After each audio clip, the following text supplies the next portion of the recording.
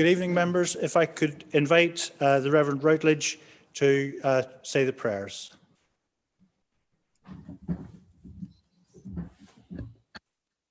Good evening, thank you.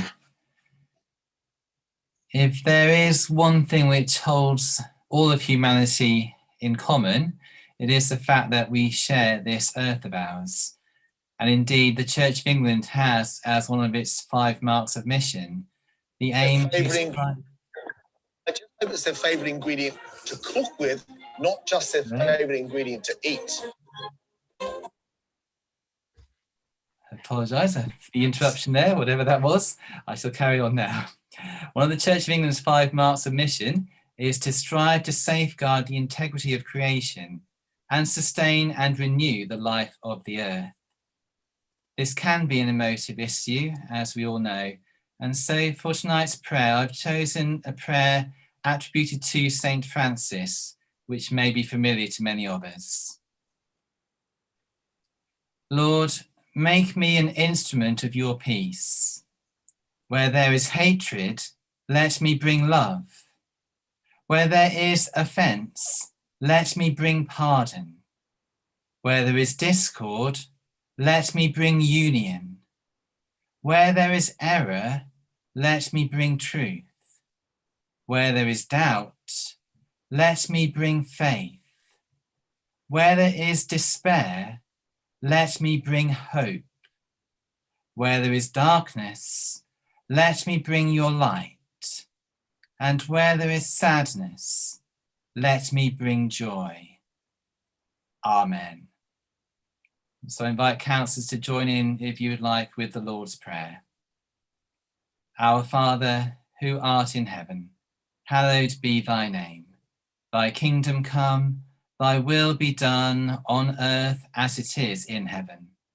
Give us this day our daily bread, and forgive us our trespasses, as we forgive those who trespass against us.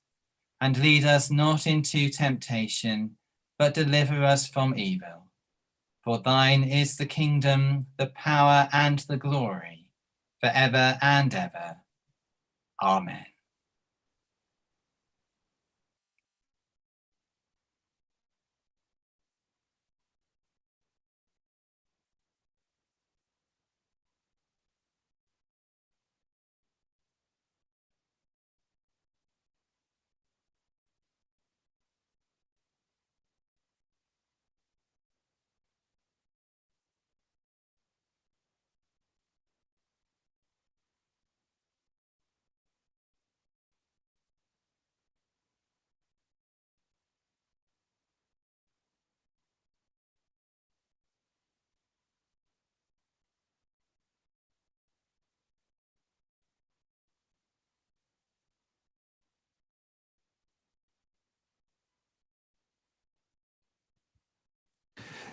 Members, we'll be starting at 7 o'clock, so there's just a few minutes to wait until the correct time to start the meeting. Thanks.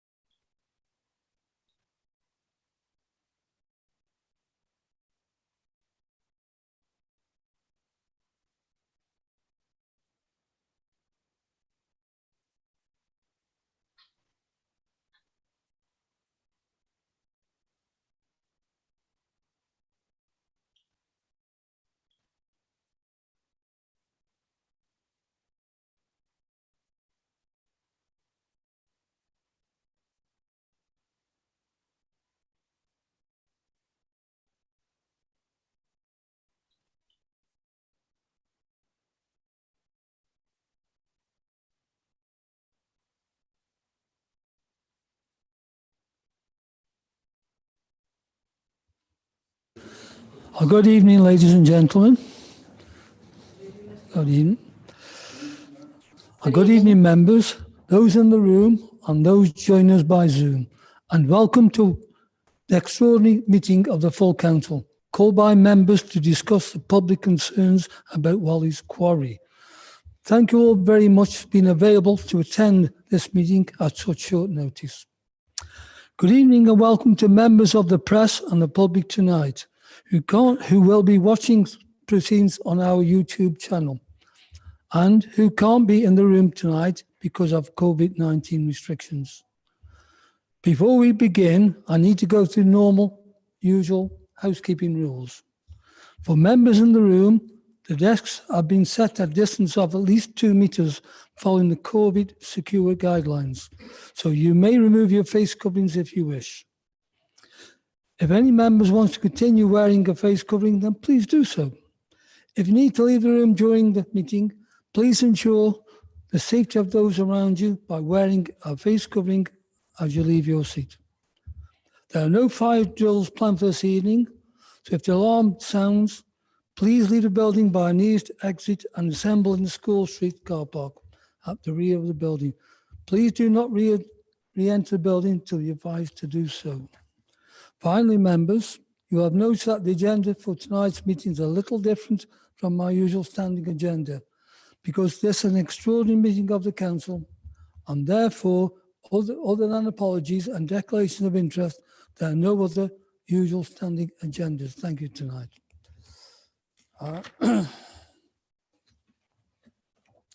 Item 1 on the agenda is apologies. Are members aware of any apologies for absence? I will have Councillor Shenton. No others, thank you.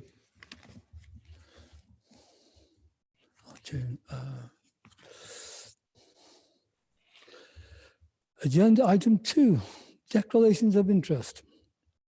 The next agenda item is item 2, declarations of interest. Are there any declarations of interest from any members or officers in relation to any items of business on the agenda?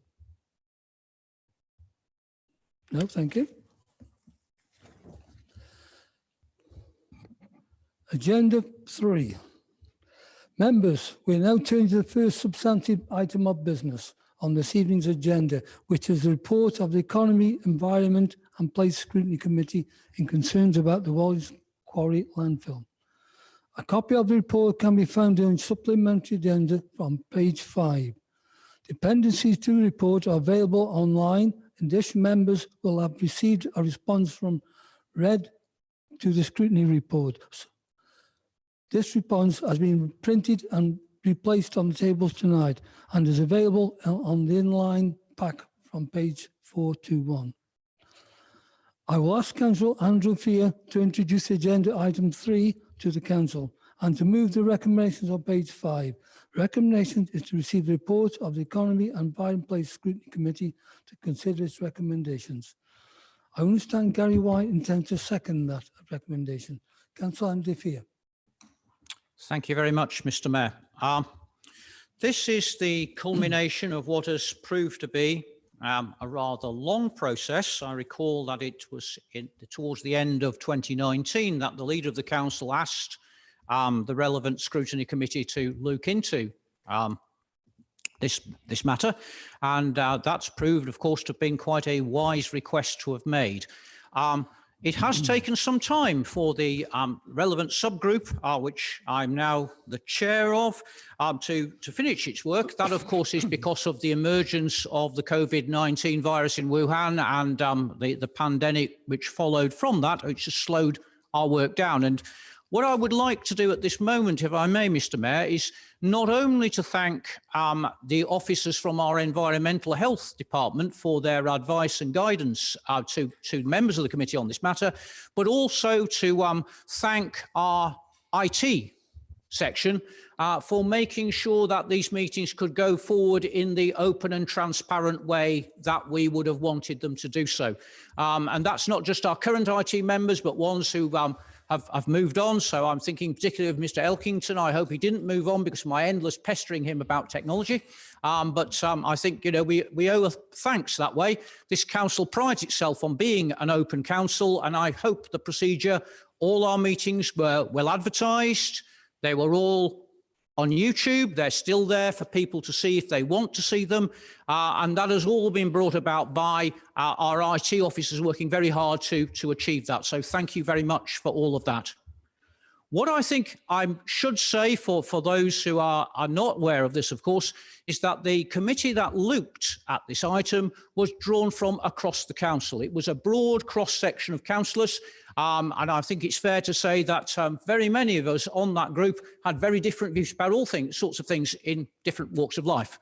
However, the nice thing to say is that there is no minority report. The report that is in front of us this evening is the report which has been endorsed by all members of that committee, regardless of their political affiliation. And I think that that gives that report extra weight.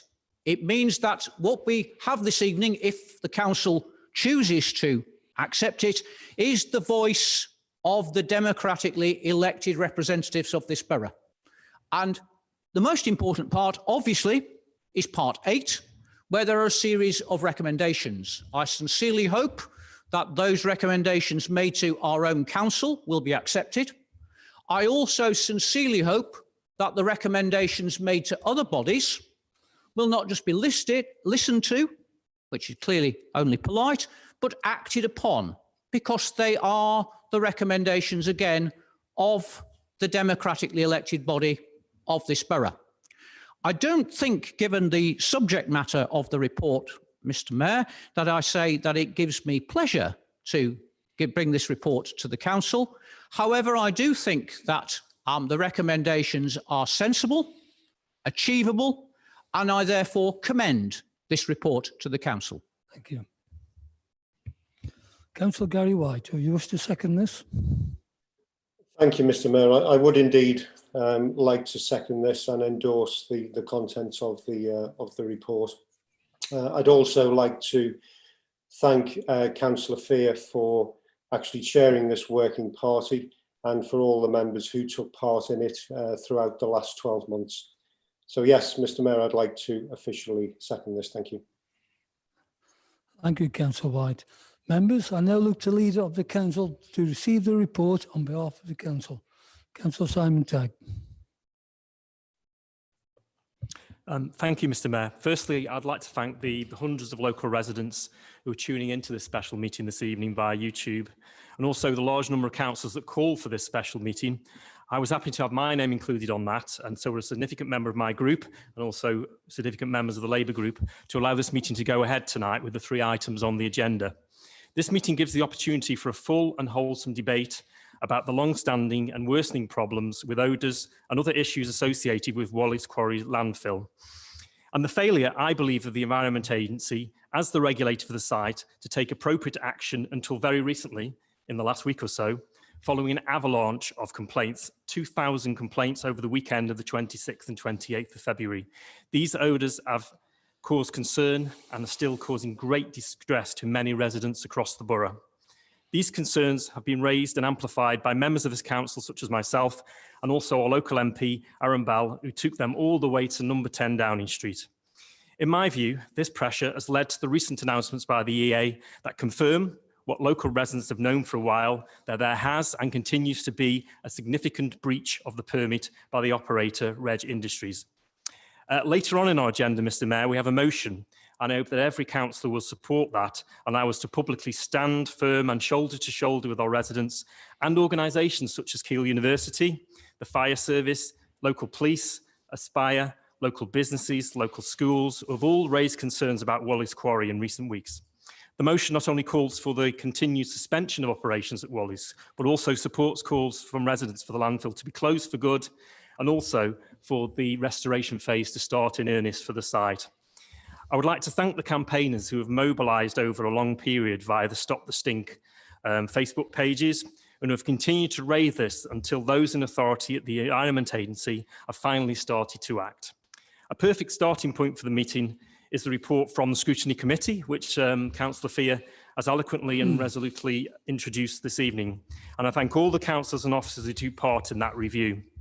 I'm pleased to formally receive that report on behalf of the Council this evening and endorse the long list of recommendations as detailed on page 52, particularly those actions against the Environment Agency, namely to suspend the operator's permit and prohibit importation of waste material while the odours are mitigated, and the call for Red Industries to go beyond their statutory minimum requirement to tackle the odour issues in their landfill.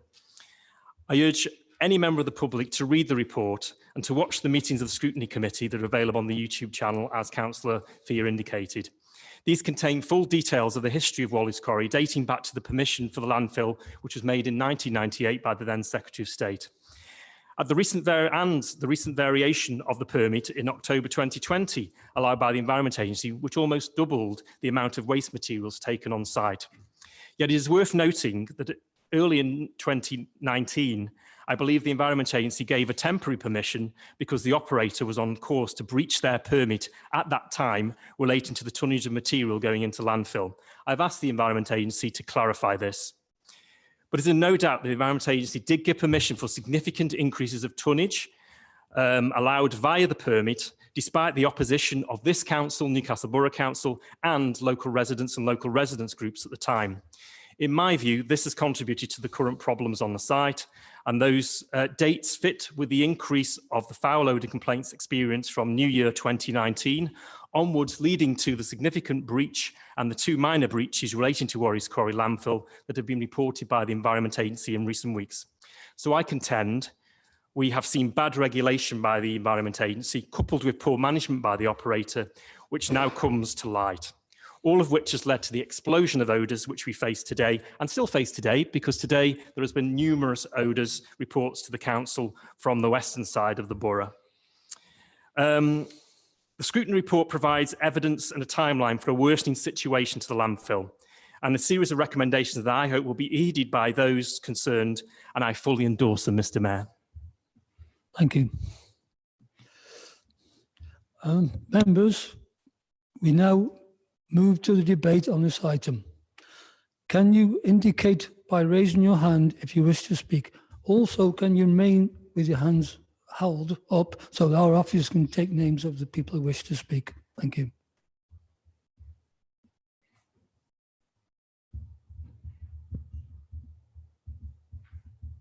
Can be quiet, not?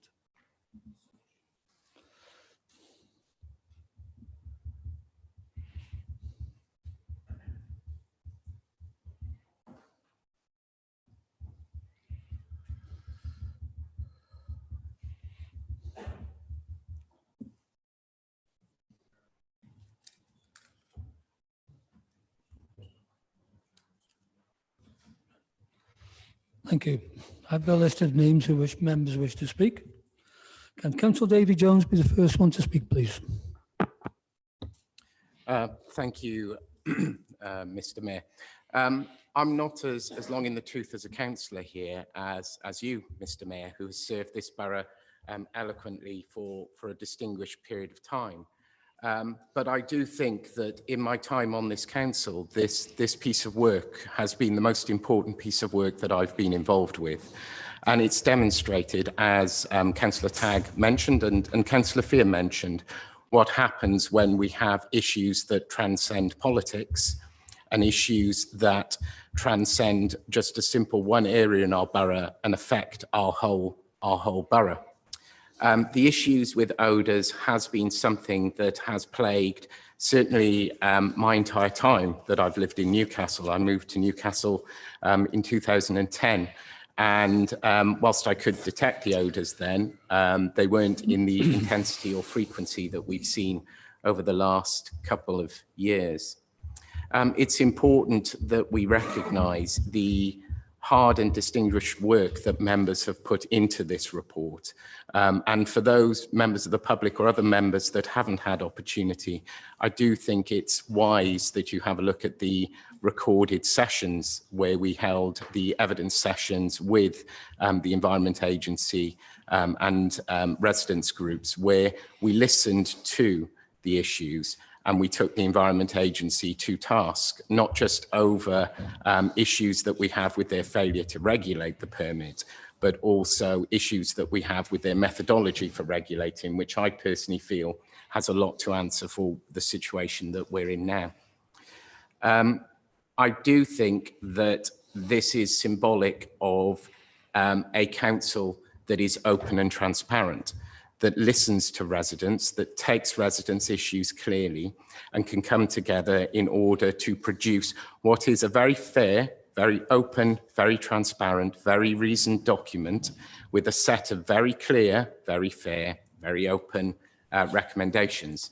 And I do share Councillor Fear's sentiments that I hope that the agencies, the external agencies that are named with recommendations, take these recommendations into account, because we have dedicated a significant amount of time in order to get to the root of what the problem is. And we need those external agencies to step up, take this into account, and actually implement these changes. It would be an absolute travesty to our residents, to us as a council, and to democracy if they were to simply not listen to these recommendations. So, Mr. Mayor, I have, as Councillor Fear has said, I'd like to say pleasure in recommending this report, but it is no pleasure. It's shameful that we've had to do this, but it's a pleasure to have been part of this group, and I thank my fellow members, but more importantly, I do thank the residents who came and spoke about the issues they're facing, because they did so honestly, and they did so without malice. Thank you, Mr. Mayor. Thank you, Councillor Jones. Can Councillor Hollands please speak?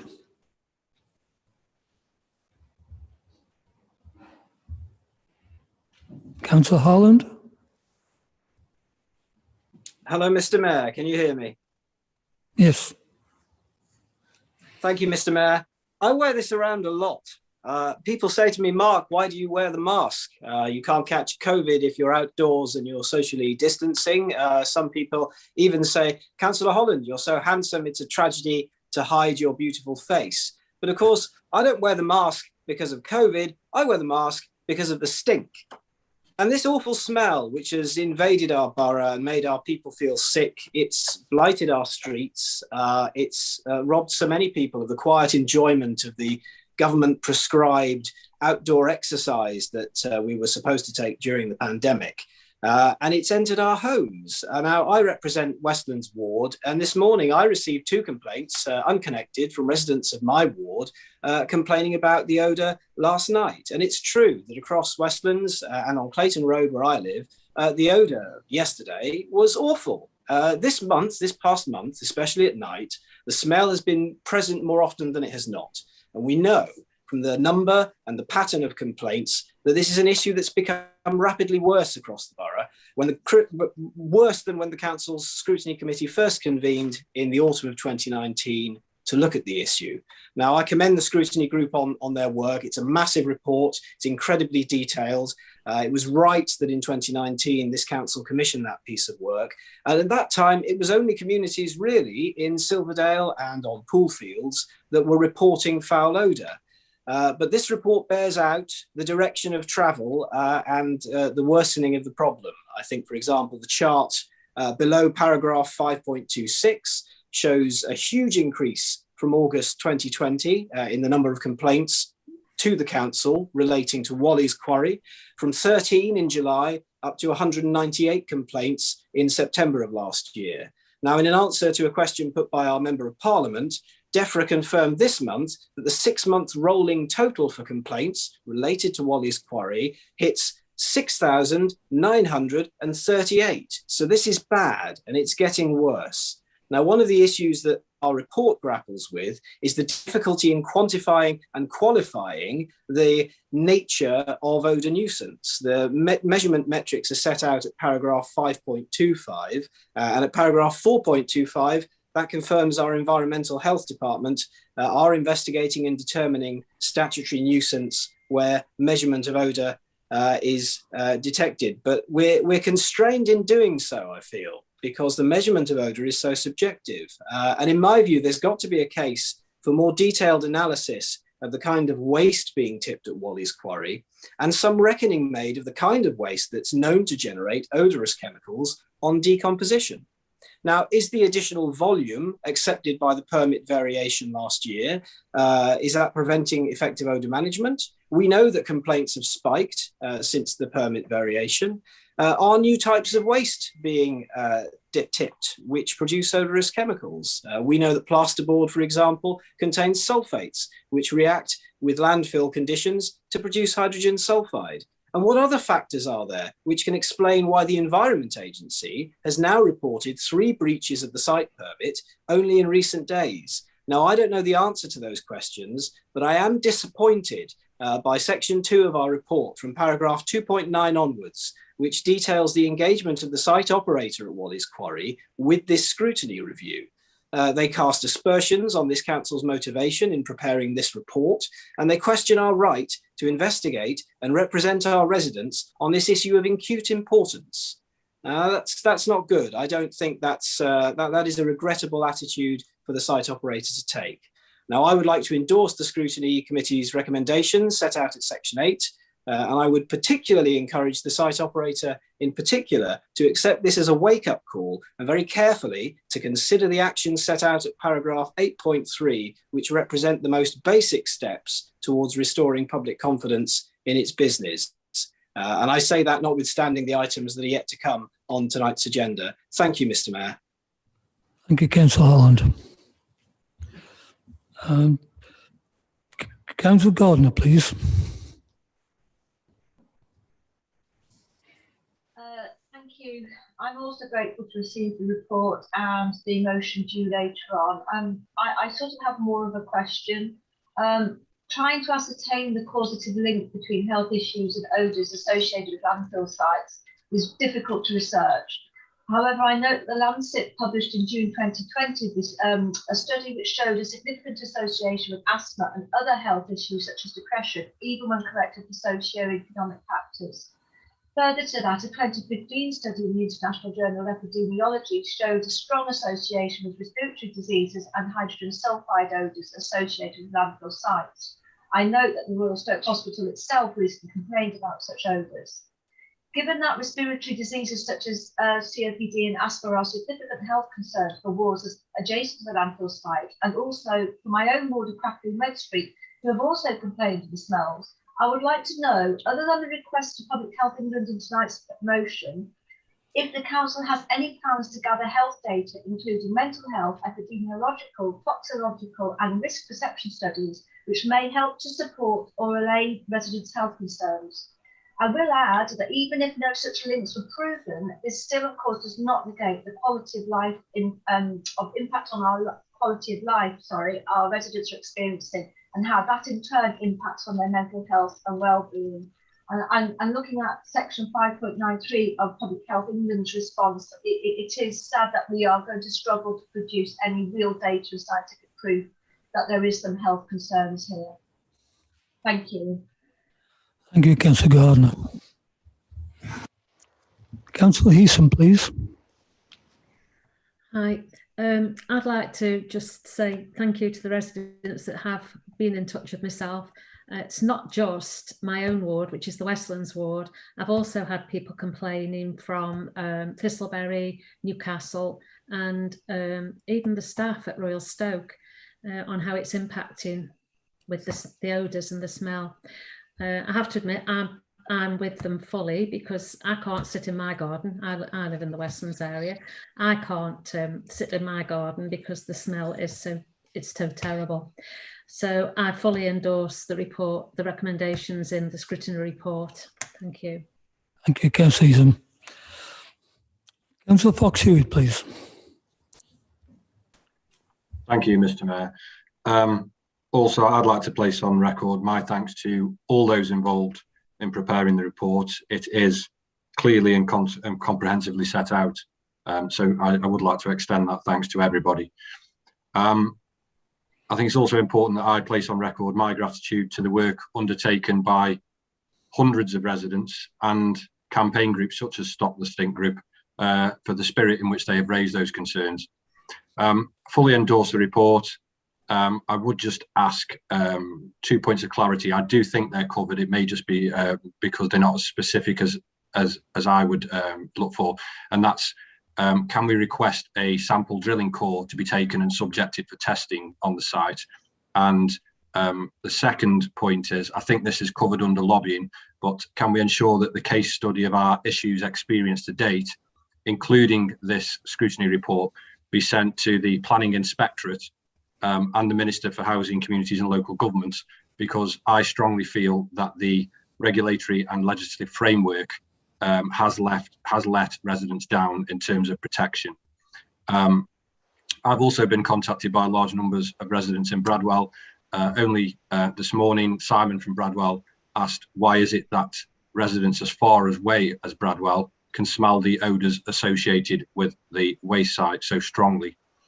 I agree with many comments that have been made. I think the adversarial approach to the council taken by Red Industries, repeatedly questioning the impartiality of the council, a general reluctance to engage in due process, and the number of complaints made about the council's attempt at engaging and ensuring scrutiny is to be taken in a dim light. And in light of that, and this behaviour, along with the negative impact that has blighted residents' lives across the entire borough, I fully support the strongest possible response by this council and the Environment Agency, including but not limited to regulatory enforcement, sanctions and exploring the termination of the licence.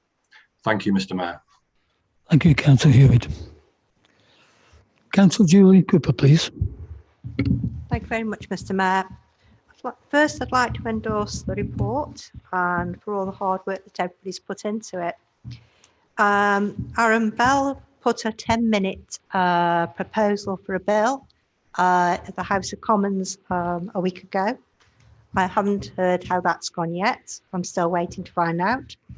Apart from that, on Radio Stoke, every time they do the news or whatever in the mornings, we get, oh, that stink in Newcastle. What's going on with the stink in Newcastle? And it's become the stinky town. Now, we don't want to be known as the stinky town. We want to get this town back up and running. We want the market and everything else back. So everything that's in this report, I endorse.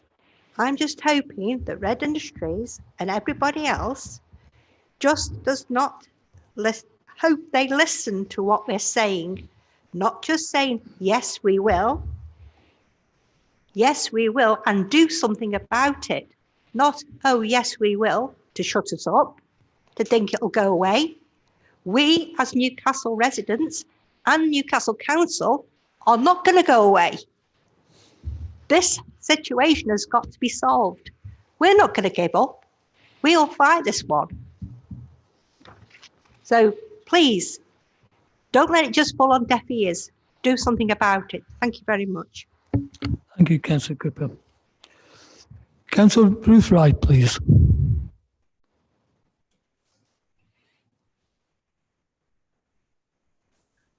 Thank you. Good evening. Speaking as a councillor for Town Ward, I've become acutely aware of the stench coming from Walley's landfill site. For the past 6 weeks, I have been inundated with complaints and concerns regarding the stink and fumes from the site. I live in the south of the borough, close to the A34 and the Lyme Valley. This is well over 2 miles from Walley's site. The smell for local residents and visitors to the park has been terrible on many occasions. It has also spread to parts of Stoke, including Penkell and Trent Vale. How far has this stench got to continue before something is done about it? Thank you. Thank you, Councillor White. Councillor Proctor, please. Thank you, Mr. Mayor. I echo the comments of all colleagues in thanking the people who have been involved in producing this report and the recommendations contained therein. and I really do congratulate them on a tremendous job. I won't repeat all of the comments already passed by colleagues.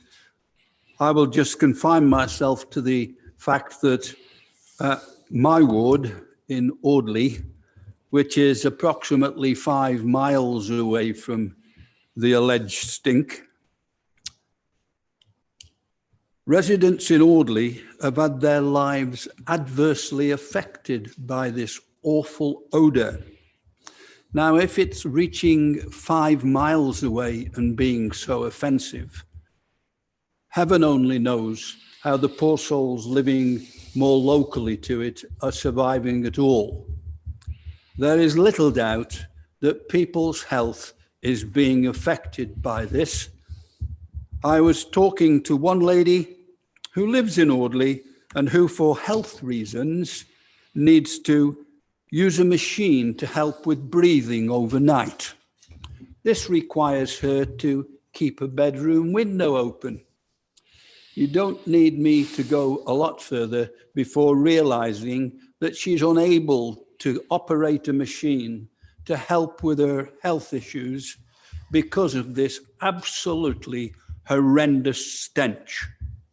This is totally unacceptable, and I commend everything that's contained in the report that leads to steps to eradicate it. Thank you, Mr. Mayor. Thank you, Councillor Proctor. Councillor Brian Jones, please. That's Johnson. Oh, sorry. Mr. Mayor, I think I'd like to also echo my colleagues' comments on this in terms of putting this report together. It is a large and extensive report that has been taken many, many years, as Councillor Fair has suggested, to come to fruition. And I would go further. The report highlights that the first question raised about Walley's potential odours from Walley's was raised in April 2019. There were many, many residents, and I would certainly who were concerned about odours and the associated conditions around this site for quite a while.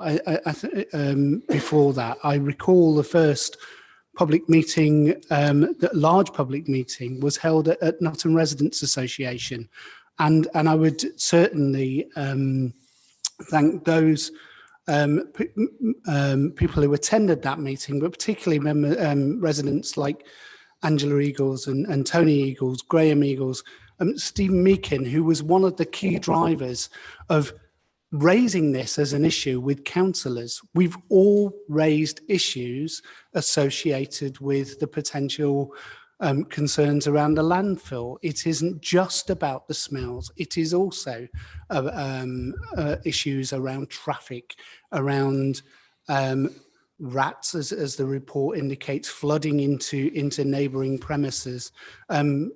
I myself have raised those before, and the responses that we've always had from the environmental committee, the environmental agency, have always been, oh well, let's just monitor it. I recall it's gas odours from near the local cemetery. It's this. We've never had, until this report, a proper, joined up, focused handle on everything that's going ahead. And I do welcome this report. I thank everybody that was involved in doing this, but I particularly, as I said, the genesis for this is those residents like Steve Meakin, like Graham Eagles, who have really put this at the forefront of the public conscious back into so many years ago. And I actually find it quite depressing that we're here all of those years ago, 3 years to my knowledge, discussing some of the same issues, experiencing the same problems for our residents. And, I can only imagine the impact that it has on many of the residents that have contributed to that. So I really do want to thank them, and I will be pleased to accept this report and thank everybody who's done that on the behalf of the people of Nottingham. Thank you, Councillor George, and I apologise. And it's Johnson. Councillor Parker, please. Thank you, Mr. Mayor. Yes, I'd like to also echo all thanks to everyone involved that has put this report together. I would also like to thank Councillor Simon Tagg, our MP, Aaron Bell, our officers and all other members of this council that have put in their hard work in making a stand against this horrid situation that is beginning to consume our borough. I myself am a Clayton resident. For a few years now, I have occasionally smelled the odd odour on and off, but over the last 12 to 18 months, it has become an everyday occurrence and it can be horrendous. I even came downstairs in the morning and I can smell it inside my own home. And I live 2 miles away from the site. So I dread to think what the residents of Silverdale, Nutton, Thistlebury and even Keele have to bear. My own residents of Westbury Park and Northwood have let me know that they can smell it and horrible stenching odours, and that they're getting off 3 miles away from where the quarry is. So I, for one, am glad that the Environmental Agency has taken action because this cannot go on. And I only fear that if it does, that it will get worse. So I fully support the recommendations in this report. Thank you, Mr. Mayor. Thank you, Councillor. Councillor Reddish, please. Thank you. I vividly remember the day after I was first elected on this council in the 90s, having a phone call from Environmental Health saying, Councillor Reddish, what are we going to do with the quarry? And I have lived with this quarry ever since. I think I'm true in saying I'm the original liaison committee member, but more importantly, I'm probably the councillor that lives nearest to the quarry as we speak. And throughout the last 10 years, it's got increasingly worse. So I felt very privileged in some way, even though it's a sad subject to be part of this scrutiny committee. I can honestly say that from the time I got up this morning to even now, because I've popped my head through the window, the smell has been constant. And that's not every day, but it's most days. But I don't want us to forget either issues regarding highways. We've already talked about transport.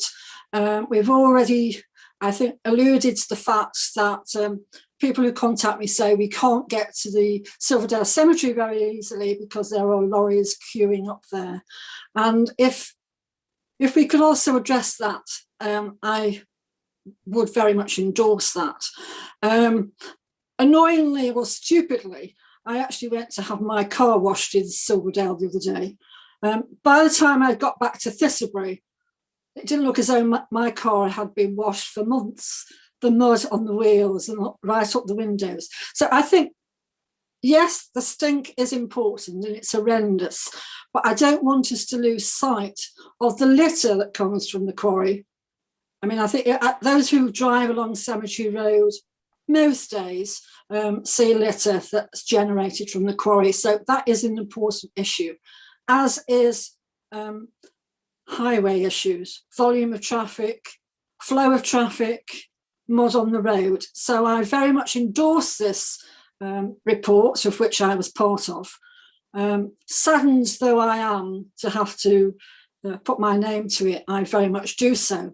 Please let's not forget litter, laybys, highways. Thank you. Thank you, Councillor Reddish. Councillor Robinson, please.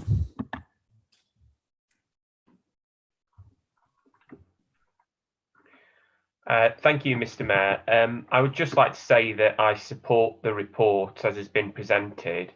I would just like to voice my support for the residents who've been calling for this tip to be closed for some time.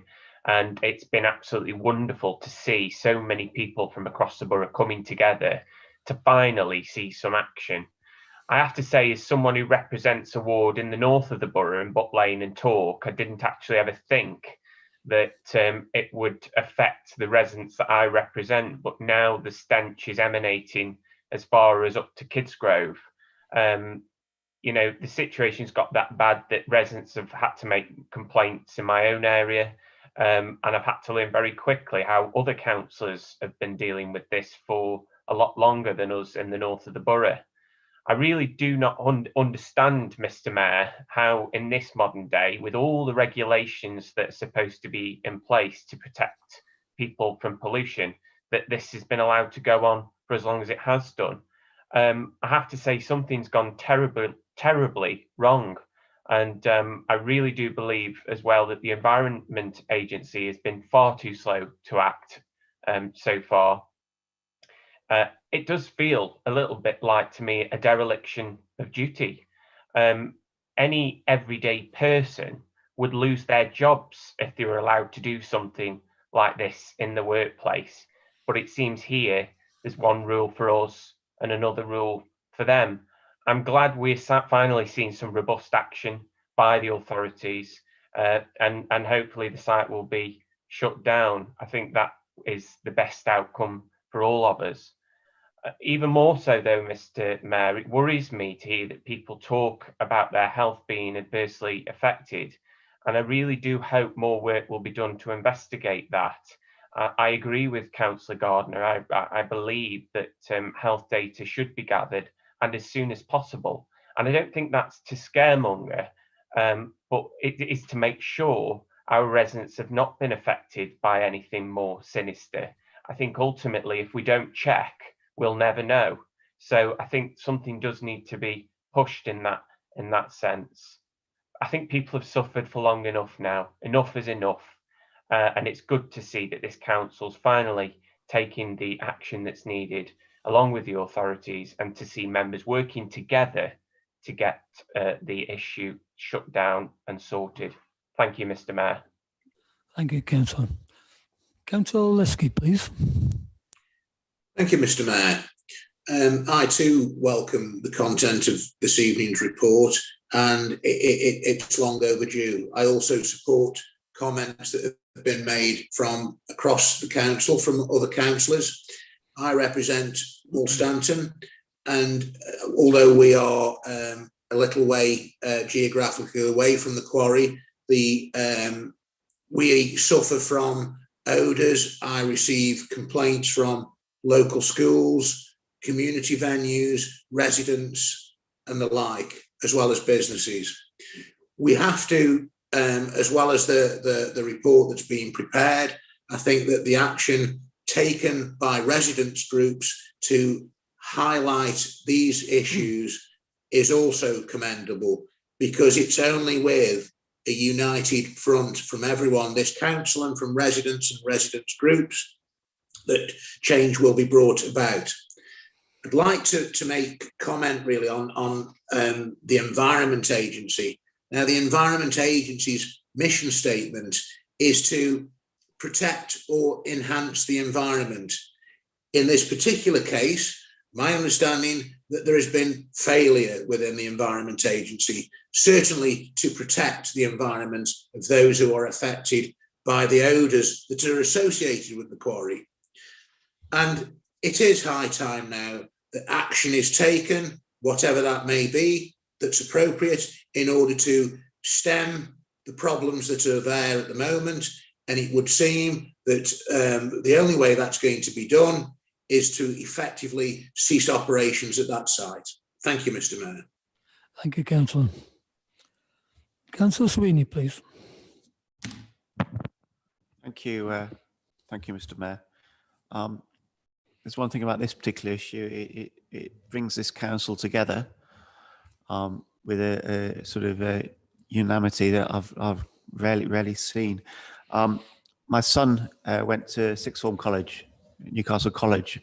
I'm a Clayton Ward councillor, and so I'd drive along Cemetery Road 8 years ago, taking him to college, and you go past it, and what's that smell, Dad? Oh, that's and that was 8 years ago, and I think it was going on before that, but certainly 8 years ago it was. Well, last night I let my cat in last night at about 11 o'clock, and opened back door in Clayton. This is opened the back door, and it absolutely stunk. and that was 11 o'clock last night. And that's me talking, somebody who actually has smelt it. My concern is that it's getting worse. The last sort of 12 months or so, it's getting worse. And after Christmas, it's just got worse and worse and worse. And it's reaching Clayton on regular times now. Question is, what on earth are they tipping that's making this smell? That's one thing. I saw somewhere on one of the reports something about toluene. Well, I'm not a chemist, but I think TNT, the second T in TNT is toluene, isn't it? It's an interesting aside. But I think the time for platitudes and we're listening and this, that, and the other, I think are done. I think we need action now. I think we shut the thing. But if we shut it, it's not working at the moment, but the smell's there. So it needs sort of sealing off or capping or whatever they can do to get rid of this smell. I mean, you want to reopen the town centre. You want Newcastle a vibrant, bustling market town. And it absolutely stinks in the town centre. Who on earth is going to want to come to Newcastle? It's just appalling. I had a gentleman on the phone today from the Pippins. People don't know the Pippins are. It's on Westbury Park. So Westbury Park to Clayton, that's another mile. He really got it last night. I think it's time for action now. I commend the scrutiny report. There's nothing in it I disagree with. It's a concern that the sort of theme that runs through it is that Red Industries don't seem to really want to engage with the council. I think engagement for the council would be a good start. But I totally support this excellent piece of work by the scrutiny. Thank you very much, Mr. Mayor. Thank you, Councillor. Councillor Moffitt, Miss Moffitt, isn't it? Thank you, Mr. Mayor.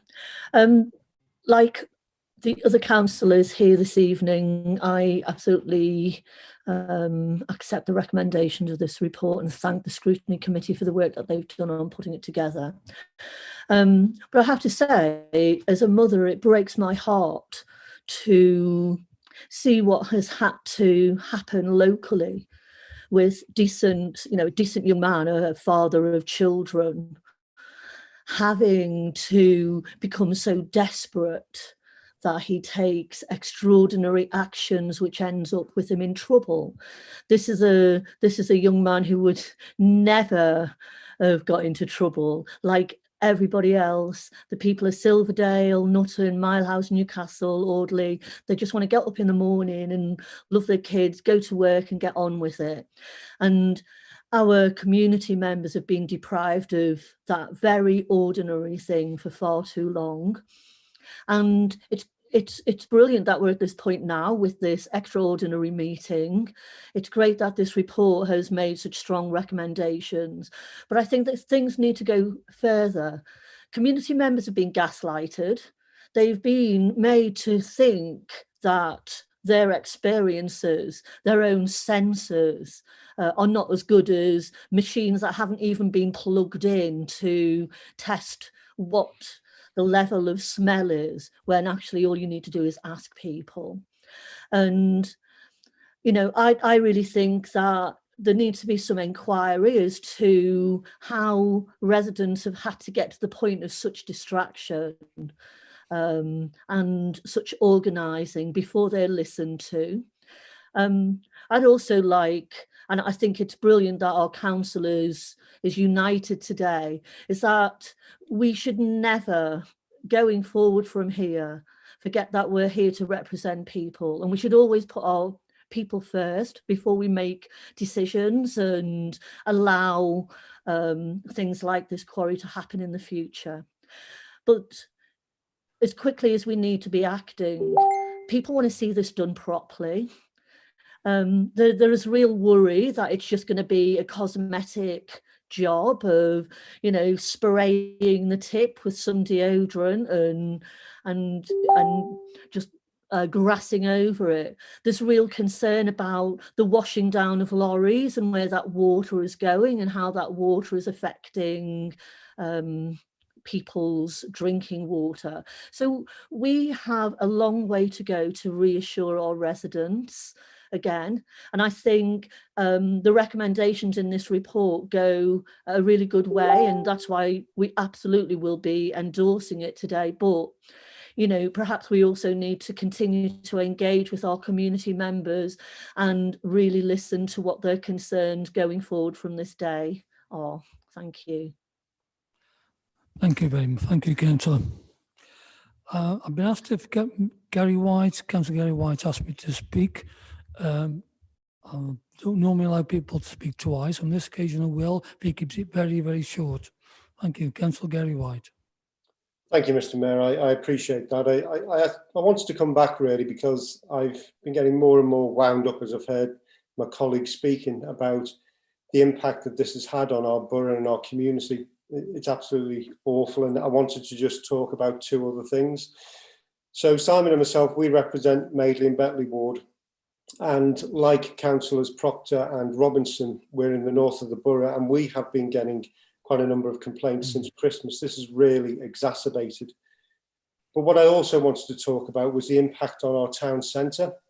We've had some great news recently with the new High Street fund coming through. It's £11 million investment, which is start to really make a change. We've got a £25 million town deal bid in with the government, which we're very hopeful of securing.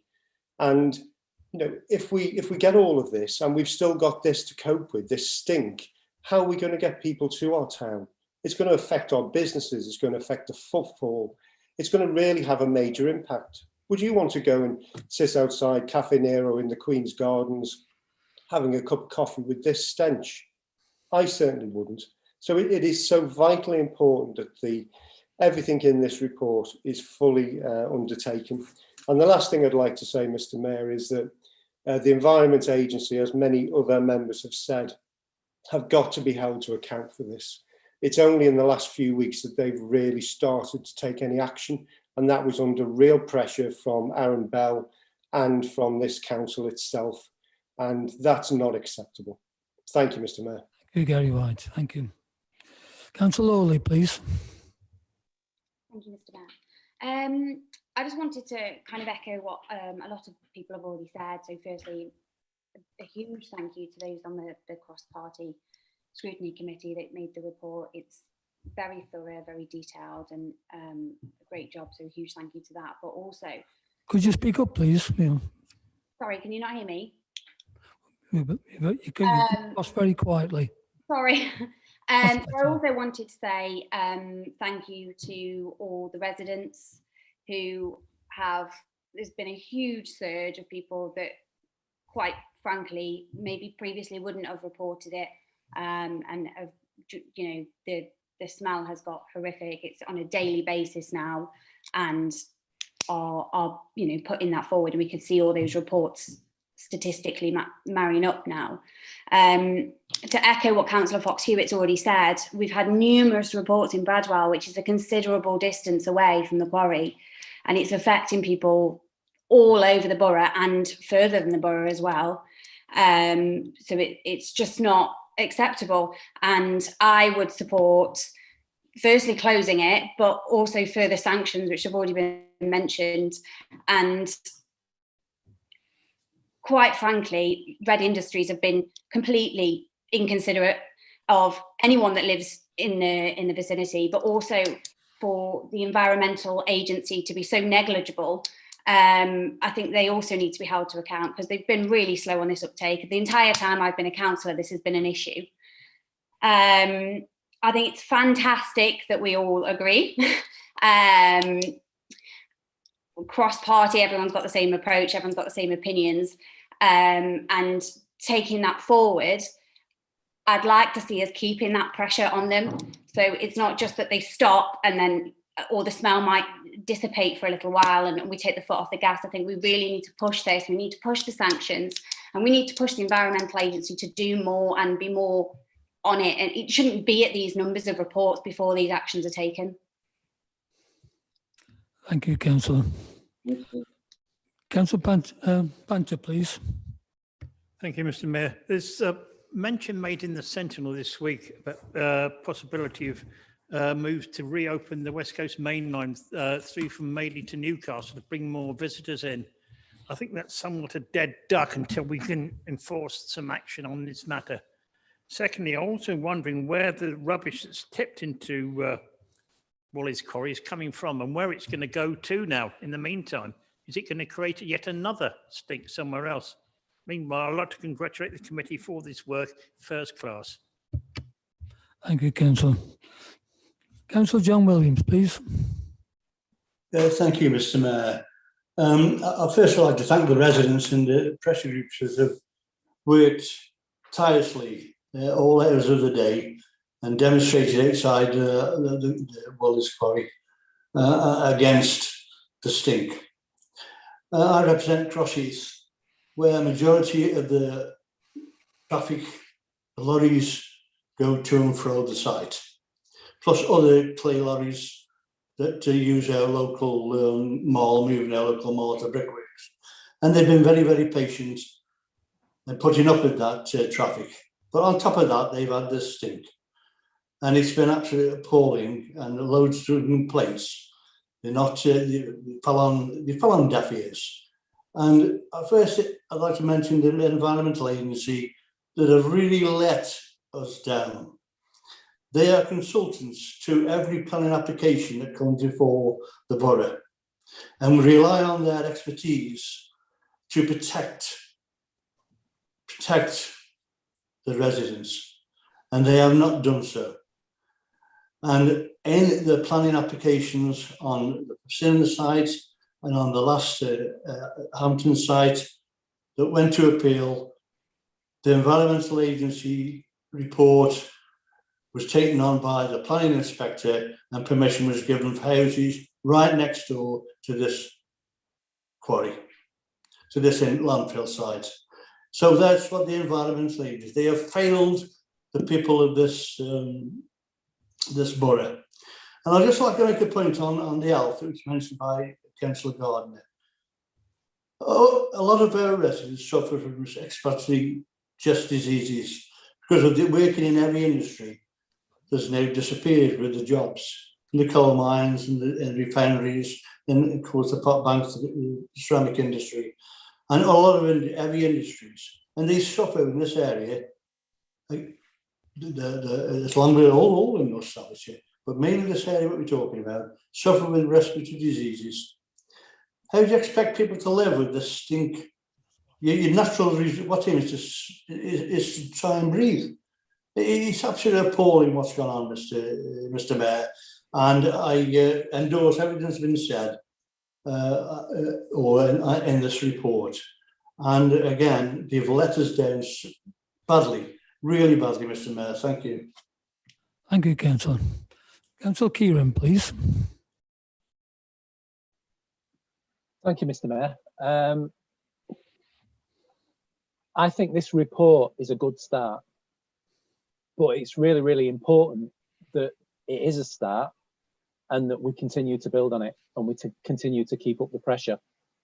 I'm very struck by what councillors have been saying so far in this meeting about how their residents, who until just recently were never really troubled by this smell, are really starting to struggle with it. I mean, in my own ward, residents have had some horrific experiences, you know, very similar to the experiences we're seeing right across the borough on social media.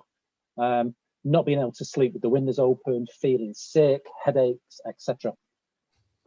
So right across the borough, our residents are starting to experience what residents in Silverdale and Nutton and in Thistleborough have been experiencing for years.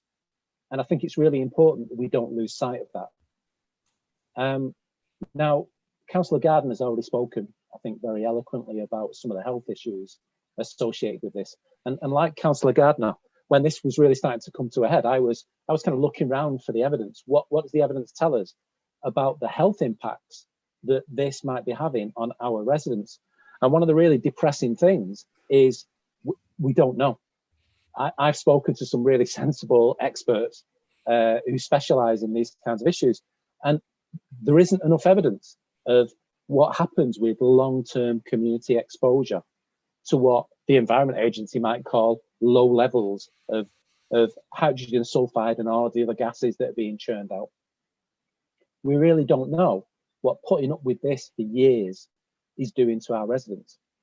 And it's pretty clear that there's a significant mental health impact of all of this. But again, there isn't enough evidence. So I think we need, rather than trying to reassure our residents, you know, don't worry, the evidence is inconclusive. I think we need to focus on meaningful action, and we need to keep the pressure up. I mean, the one other thing I'd say, I had another conversation with a scientist who specialises in what happens to various gases when they're released into the atmosphere. And he showed me a really interesting report. And I'm happy to share it with members after this meeting or with residents. When hydrogen sulfide is released into the atmosphere on a warm, sunny day, it'll dissipate in about an hour. But when hydrogen sulfide is released into the atmosphere in the winter, it can linger for up to 42 days. So if this is being pumped into the atmosphere locally during the winter, and it's taking 42 days to clear, maybe it's no surprise that we've had so many problems over the last few months. But the other thing to bear in mind, and you know, the scientist I spoke to was keen to emphasize this, the chances are, even if we do nothing, this smell is going to improve over the summer as the days get longer and as the days get warmer. And when that happens, it's really, really important that we all remember what's been going on. We all remember here and now, and we all remember what our residents have been going through over the last few months, that we don't start patting ourselves on the back. And, you know, this is great. Obviously, it's working because the smell has gone away. The chances are over the summer, the smell is going to reduce naturally. And then the chances are it's going to come back again in the winter. And we're going to be back here in the winter having the same issues unless we take action now. So the important thing is, let's take this report as the first step on a journey.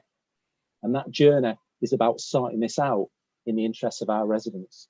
We've got to make sure that we tackle these smells. We've got to make sure that the people whose job it is to keep on top of these smells are doing their job properly.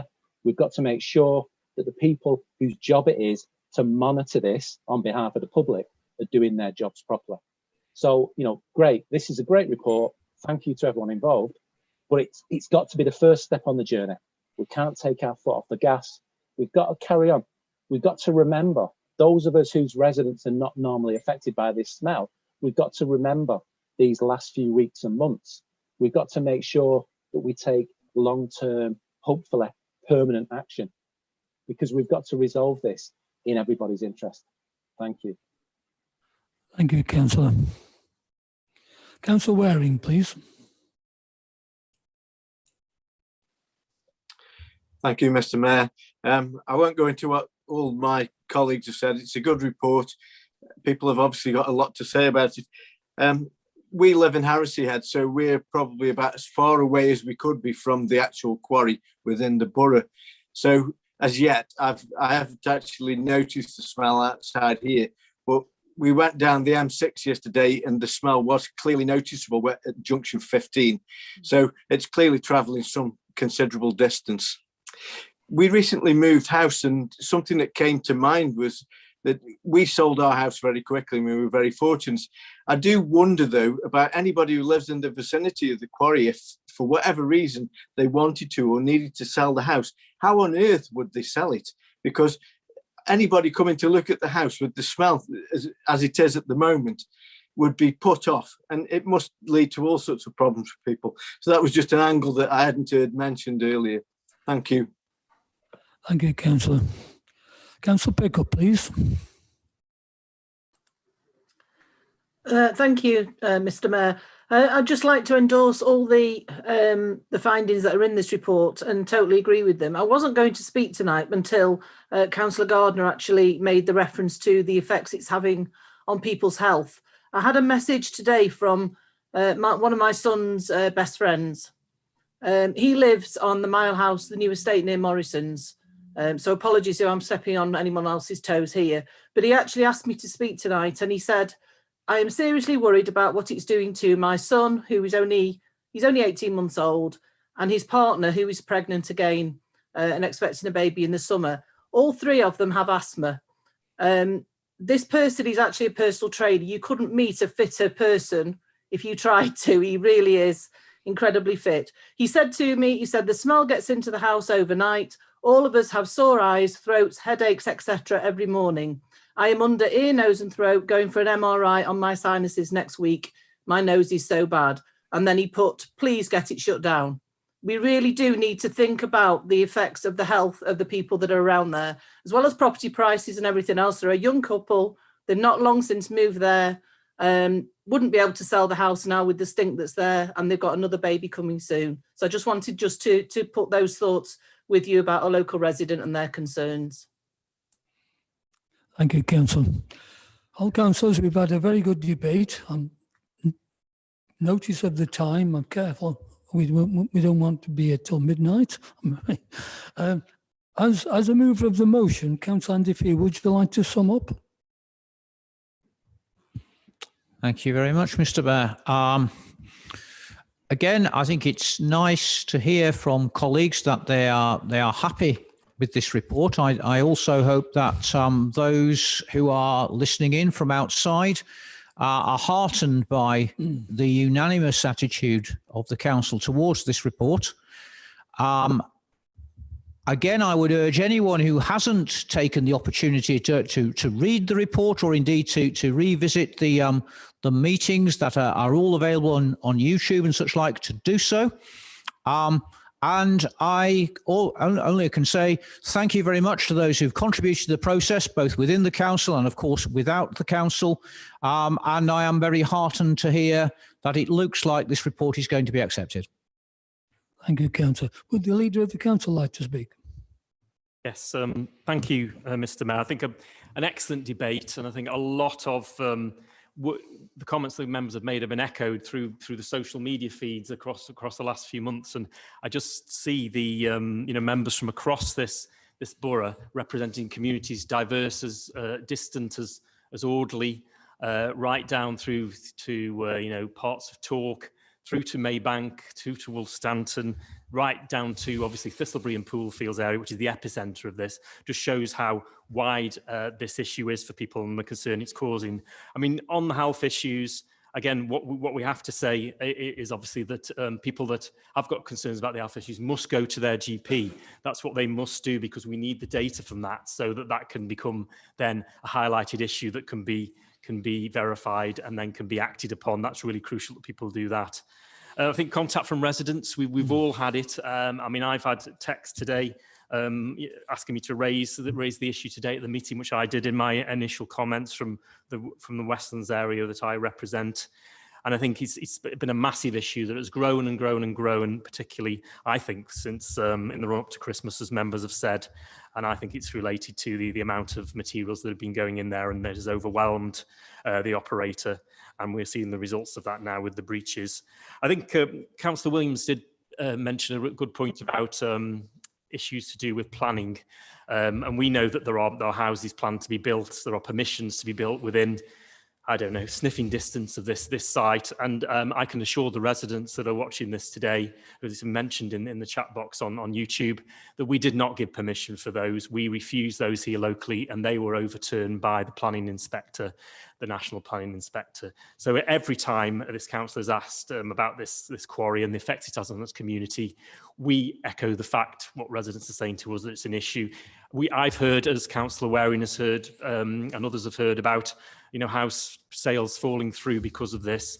I think what Councillor Cooper has said about the stinky town tag, we don't want that for our town. There's so much good that's going on in our town at the moment, and this needs addressing, and needs addressing by the people that can actually have the powers to do something about it. I've seen also in the chat box, I hope councillors are going to close this quarry tonight. We can't do that. I can remember in the early days when this started to flare up in 2019, I had a really personal letter from a lady in the Westlands, wrote to me, please, Councillor Tagg, close this down. I shared that with the then chief executive, not the current one, and said, Luke, this resident has asked me to this council close it down. Tell me the reasons why you cannot close this down.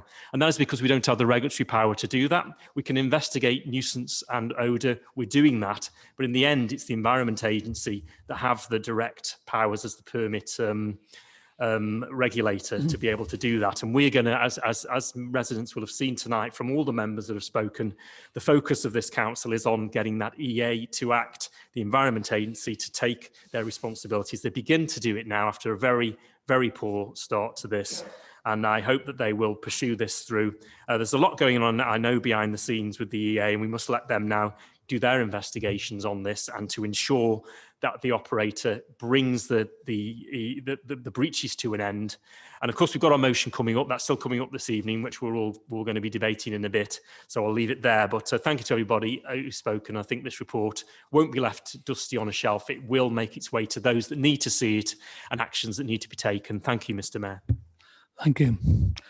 Members, that concludes the debate on the proposal.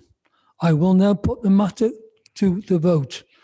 The proposal is to receive the report and endorse the recommendations in the report. All those in favour?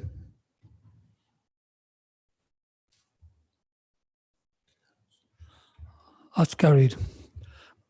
And against? No, that's carried. I thought that would be unanimous. Thank you. Right. Agenda item 4, please.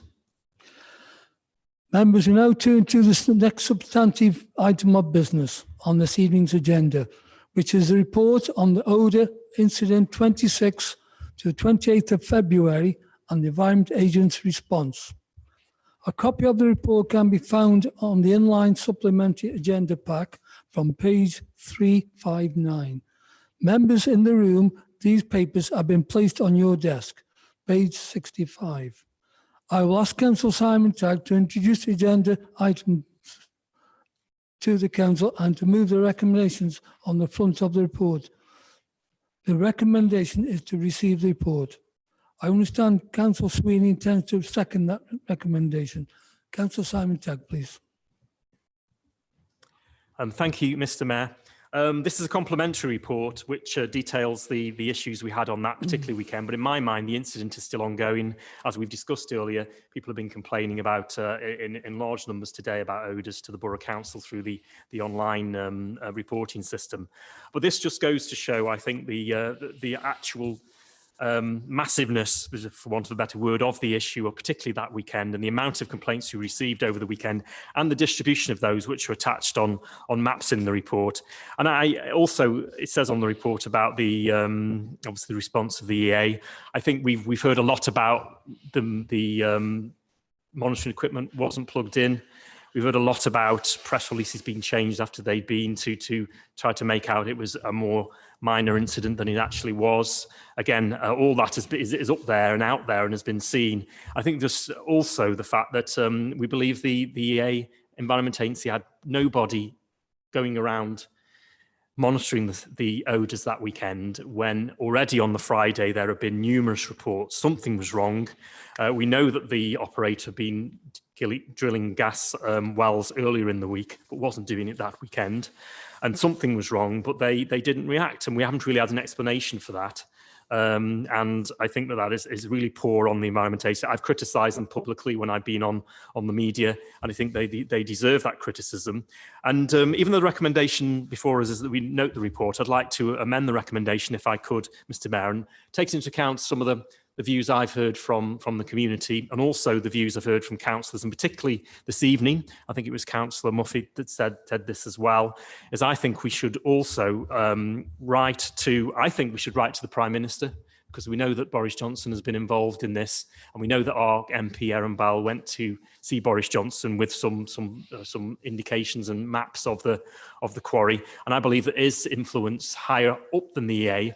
I believe personally has got the EA to act in the way they have the last few days, and I would like to see an independent investigation into the way the EA have operated and the EA reacted to that stink of that weekend and since. And I'd like to move that as a recommendation, and I hope I'm going to get some support for that. Thank you, Mr. Mayor. Thank you, Councillor Tagg. Councillor Sweeney, would you like to second? Yeah, thank you, Mr. Mayor. Yeah, I do, especially what Councillor Tagg just said at the end there. I think this weekend, the 26th, 27th, was the culmination of the inefficiency, if you like, of the environmental agency. Again, I'll tell my own story. I walked down the stairs on the Saturday morning, and my house absolutely stunk that Saturday. Not outside, well, outside as well, but it was inside. And I've got double glazed windows. The doors were all shut. The windows were shut, and it come through the air bricks. My house absolutely stunk on that day. It was the worst day I've ever known. And how people are supposed to live like this, I really, really don't know. And I think it's time the Environment Agency buck their ideas up. I think they have started to this last week or two, not before time. And I think the more pressure the Prime Minister can put on them to come some sort of solving this issue, because it is appalling for our residents in Newcastle what they're having to go through at the moment with this smell. Thank you. I'm happy to second the proposal. Thank you, Mr. Mayor. Thank you. The recommendation that the council receive this report. Thank you.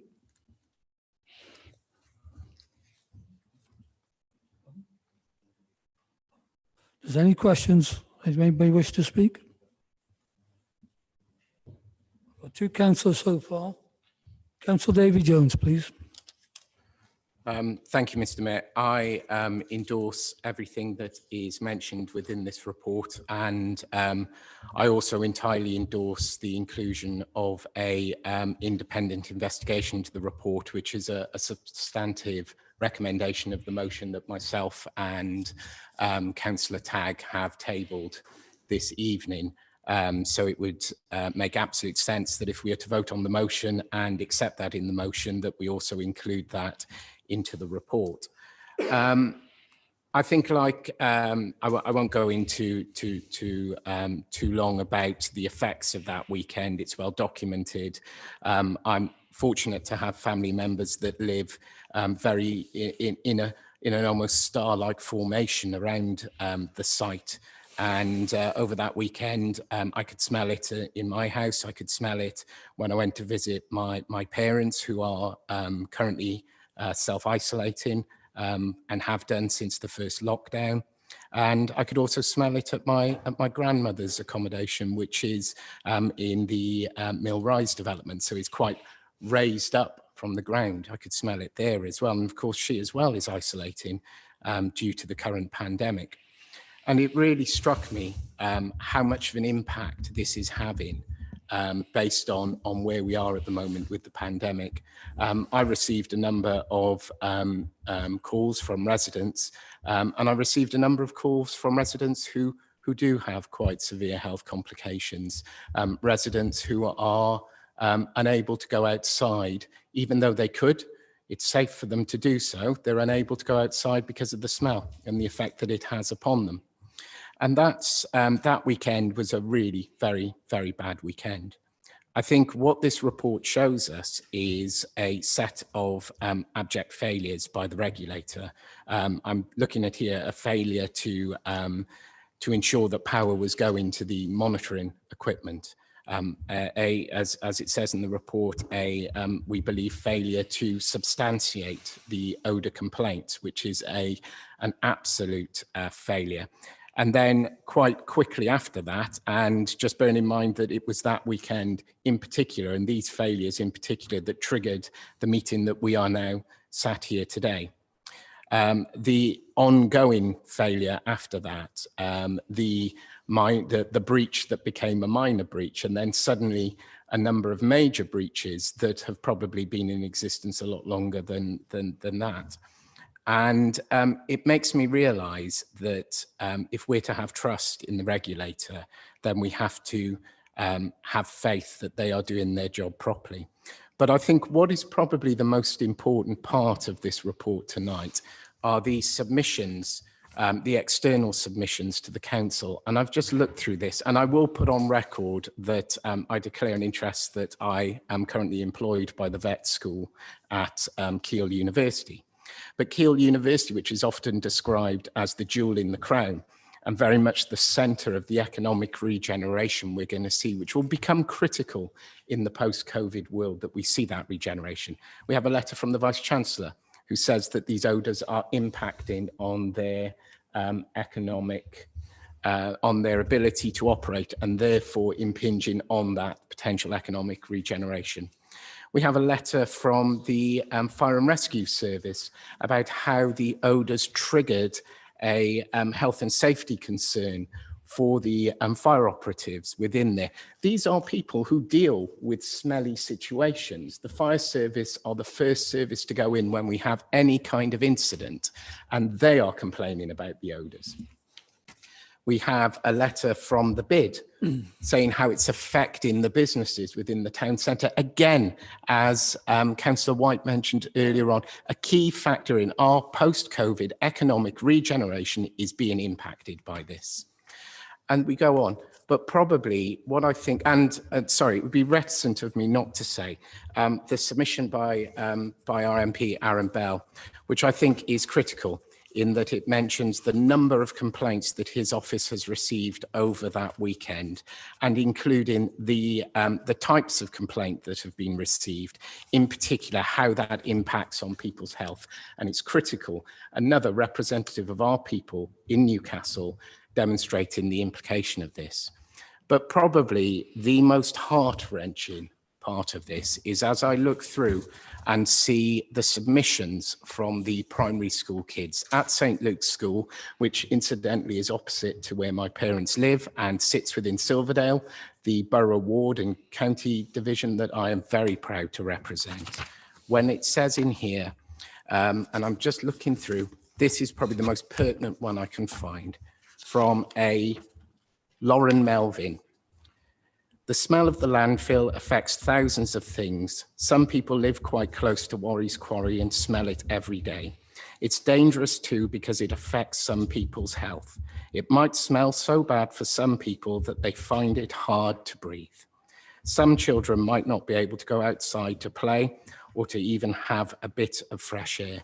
I hope the regulator's listening, because that is from the mouth of babes. And that is the truth that residents in my division, that residents in Councillor Tagg's division, that residents in Councillor Johnson's division, that residents in Councillor Reddish's division and Councillor Walklate's division have been living with for years, because this Environment Agency cannot adequately regulate the permit. And until they get a grip and start regulating that permit, we're going to see no improvement in people's lives. Thank you, Mr. Mayor. Thank you, Councillor. Councillor Holland, please. Thank you, Mr. Mayor. And I thank the leader for the report. I think what this report highlights is how vital it is to have a regulator that's capable of reacting quickly to environmental complaints when they're made. I can only imagine that local people were astonished to discover that the shiny, high-profile monitoring equipment the EA had installed wasn't plugged in at what transpired to be the critical moment. And given the importance placed on the highly trained regulatory nose, isn't it a shame that the Environment Agency did not send its noses to Walley's Quarry during the period in question?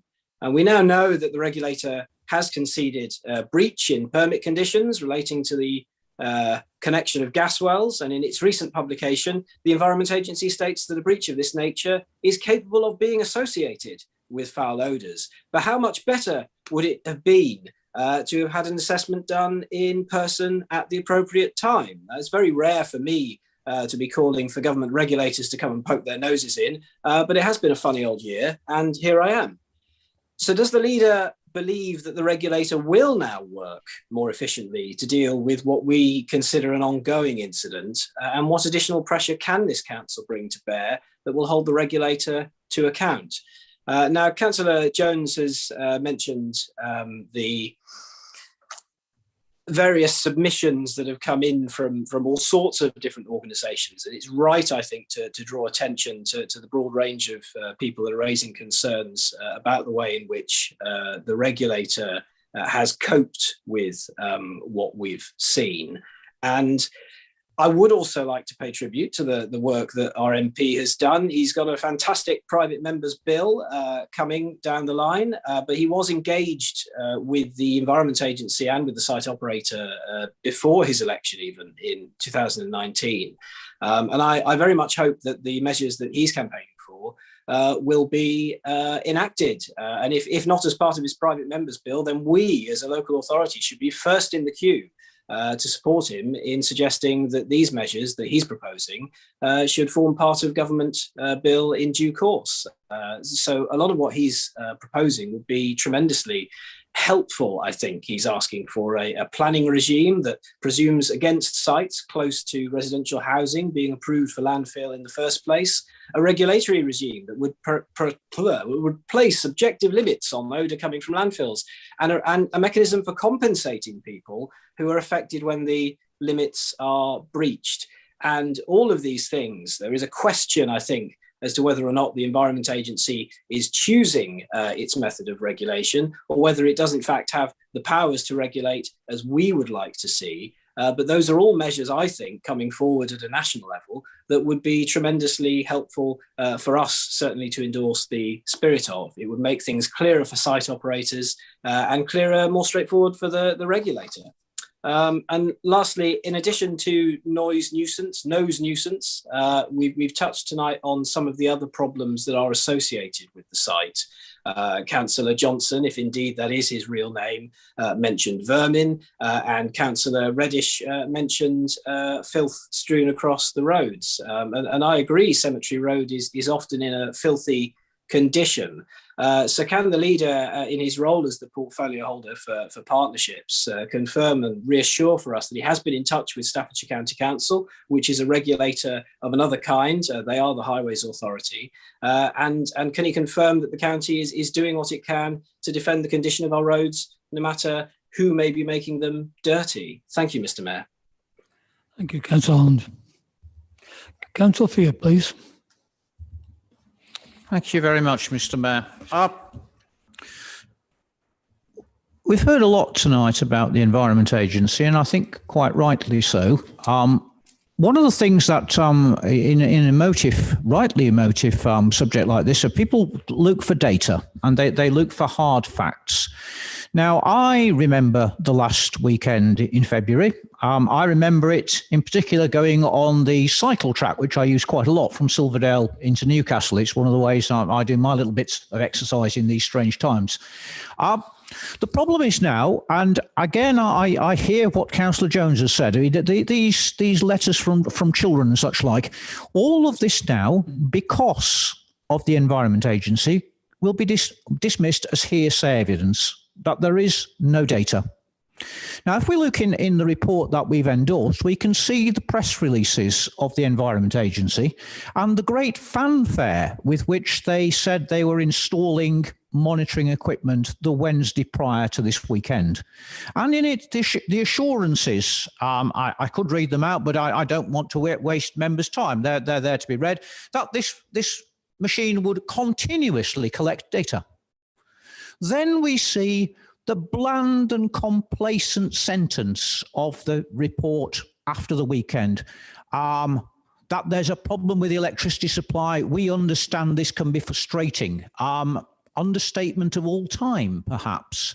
What I would like to see, if I may, is to see probably the Chief Executive write to the Environment Agency and ask for a full explanation of why that machine was not connected when it was installed. Who was responsible for it not being connected? And we don't want scapegoating here. It's not the poor man with the cable. It's the man at the top who's not thought this one through and such like. And at the same time, I think we deserve a full explanation. And I would also suggest in the letter that the residents of this borough deserve an apology. Because if we're going to measure this thing properly, we need the data.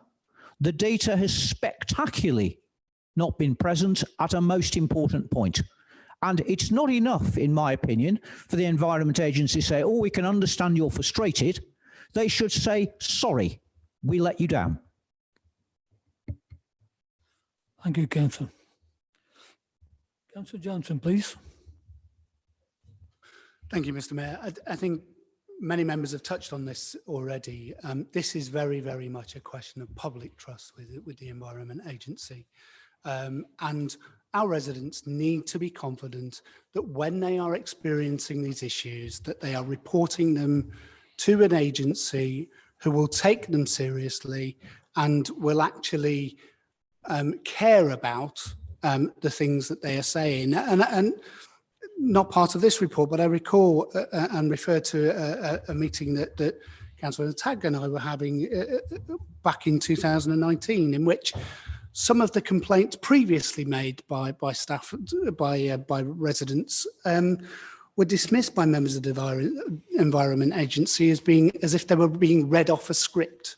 And that really does worry me when that is an attitude that seems to have prevailed throughout this issue. So I hope that the Environment Agency will not dismiss the concerns raised in this issue in the same way that they have dismissed them for the last 3 years. Thank you, Jim. Councillor Rout, please. Thank you very much, Mr. Mayor. I just wanted to touch briefly on responsibility for residents' mental health. We have talked about that in the previous item, but I really want to drive that point home. We've been, for some of us, many of us, this has possibly been one of the most difficult years of our lives. We've been really confined to our homes, away from our families, not being able to do the things that make our lives enjoyable. And the one thing that we've all been able to do throughout this, theoretically, is to be able to go out, to exercise, to take some fresh air. And that is really important for mental health. It's important for my mental health, my family's mental health, and everybody around who's been suffering from this tremendous stink that's been emanating from the area of Walley's Quarry. We need to be able to exercise during this time, not just for our physical fitness, but for our mental well-being and resilience too. And it's so important that people can do that. So the Environmental Agency need to act quickly because they are responsible for people's ability to maintain well mental health. I just wanted to also say, I know that we've done a lot of thanks, but for me, the biggest vote of thanks at the moment goes to the community itself. If the community haven't rallied around, worked together and built their strength, we may not be here in this room having this discussion. So thanks to everyone who's helped with this. Thank you, Councillor. Councillor Julie Cooper, please. Thank you very much, Mr. Mayor. As I stated earlier, that I hope people are listening to what we're saying and actually act on it. Apart from that, I forgot what I was going to say now. Apart from that, I wish that somebody from the Environmental Agency, instead of relying on all the technology that they do, that can go wrong, no electricity, unplugged, and everything else that goes with it. Oh, the computers broke down, we lost the data. Why doesn't somebody get out of their office and come down and spend a week in that area with those residents and actually live there for a whole week to see what's going on? Not going only by all the data that they're going to collect, because that can be gone through, it can be lost if we have a power cut or anything. I suggest that they ought to come down and actually live there and actually go through what those residents are going through, and then turn around and say they can't do anything or don't do anything. Thank you. Thank you, Councillor. Councillor Proctor. Thank you, Mr. Mayor. Councillors this evening have referred to the importance of the public having confidence in the EA.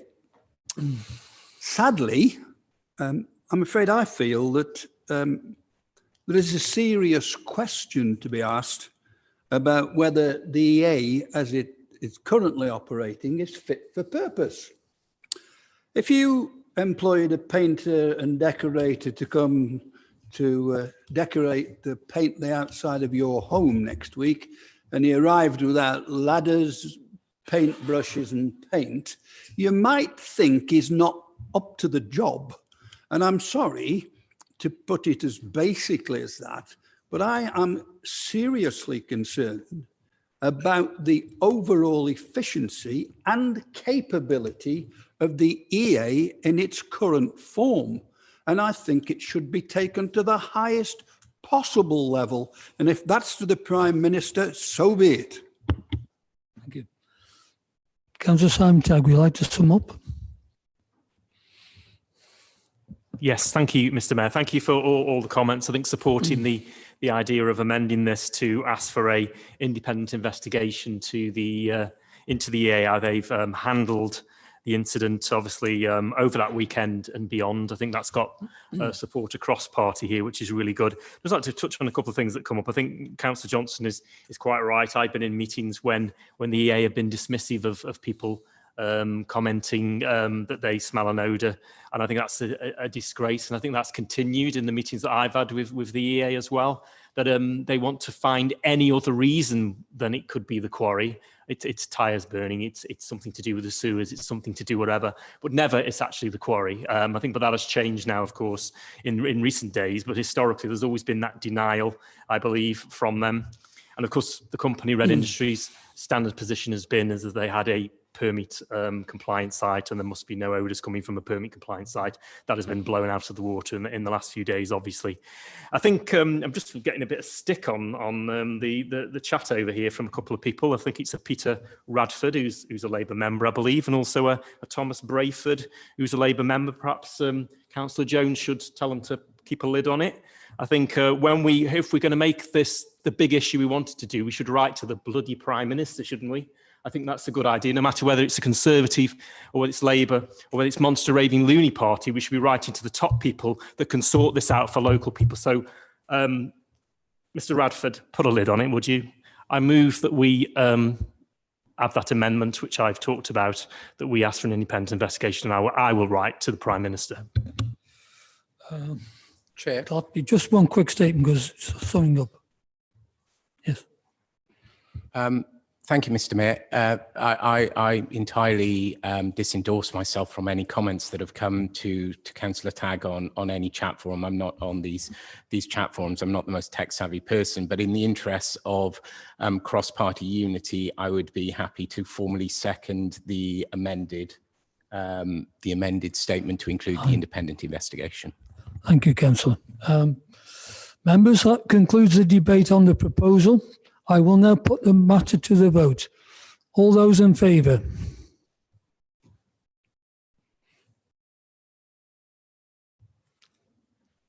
All those against? And that carries. Thank you. Right. Agenda 5. Members, the next substantive agenda item is a motion that's been tabled by Councillor Dave Jones and Simon Tagg received. A copy of the motion can be found on page 5 and 6 of your agenda. Councillor Jones, would you like to speak on your motion, please? Thank you, Mr. Mayor. I would normally say that I'm pleased to move a motion that stands here in my name, but I'm not pleased at all. I'm furious that the situation with the foul odours associated with the operations at the landfill site has got to the point where the council needs to step in and demand that public bodies such as the Environment Agency and Public Health England step up and do their job properly and protect the health and environment of the very people they're there to serve, our residents. Members, when bodies that have a statutory duty to protect us fail us, we, as the representatives of our residents and communities, must step up and demand clear and direct action. This motion empowers our Chief Executive to demand that the EA and Public Health take the action required to finally put an end to the misery and health or potential health implications of these odours.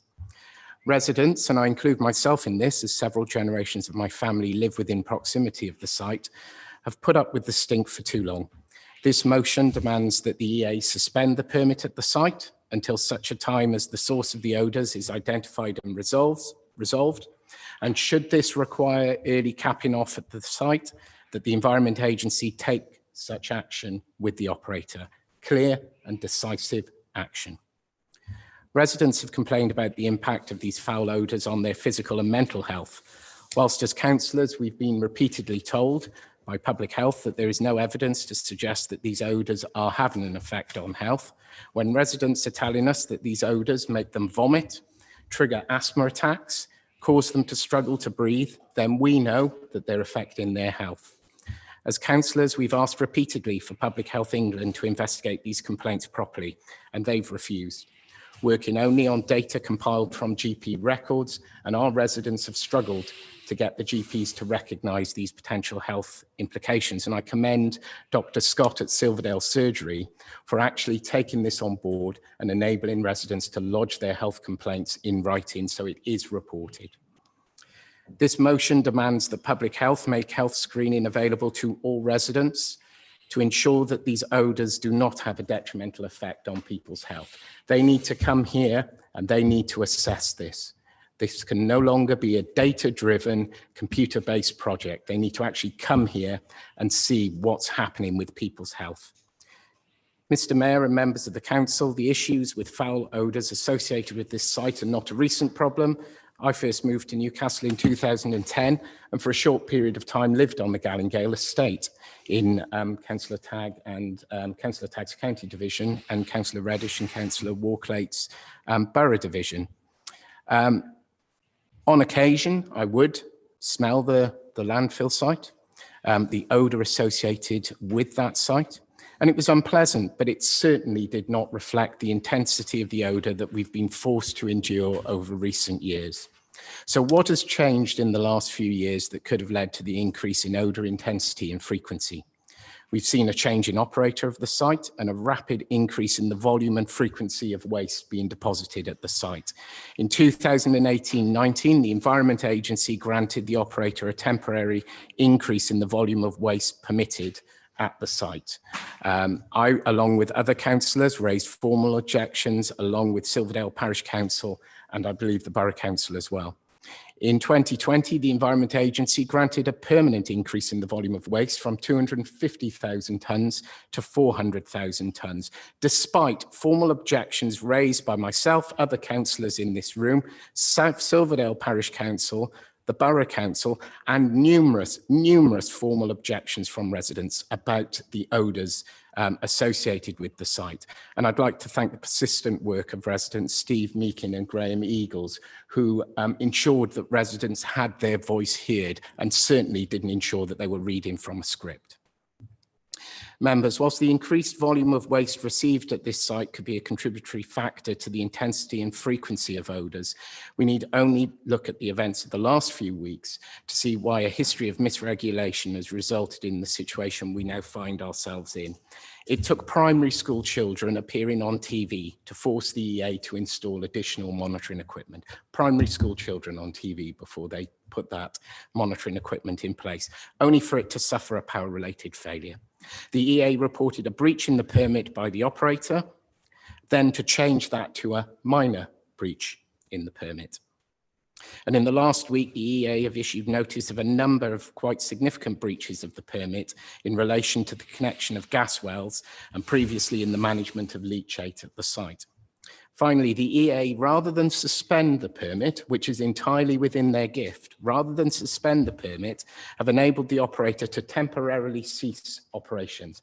That's not taking control of the situation. That, in any language, is passing the buck. Members, it's quite clear that the operator is failing to act within the parameters of the permit, and it's the EA that is failing to enforce that permit properly. Mr. Mayor, enough is enough with this pattern of failures. This motion calls on the Secretary of State to undertake an independent investigation, and I'm pleased to have seconded that inclusion in the report. In finishing, our residents have done our area and this council proud. And that is the most critical thing we must hold in our mind. Against the adversity of this odour, these residents have remained steadfast in their resolve. They have constantly logged complaints with the Environment Agency and Borough Council, even during periods where they felt that nothing would lead to change.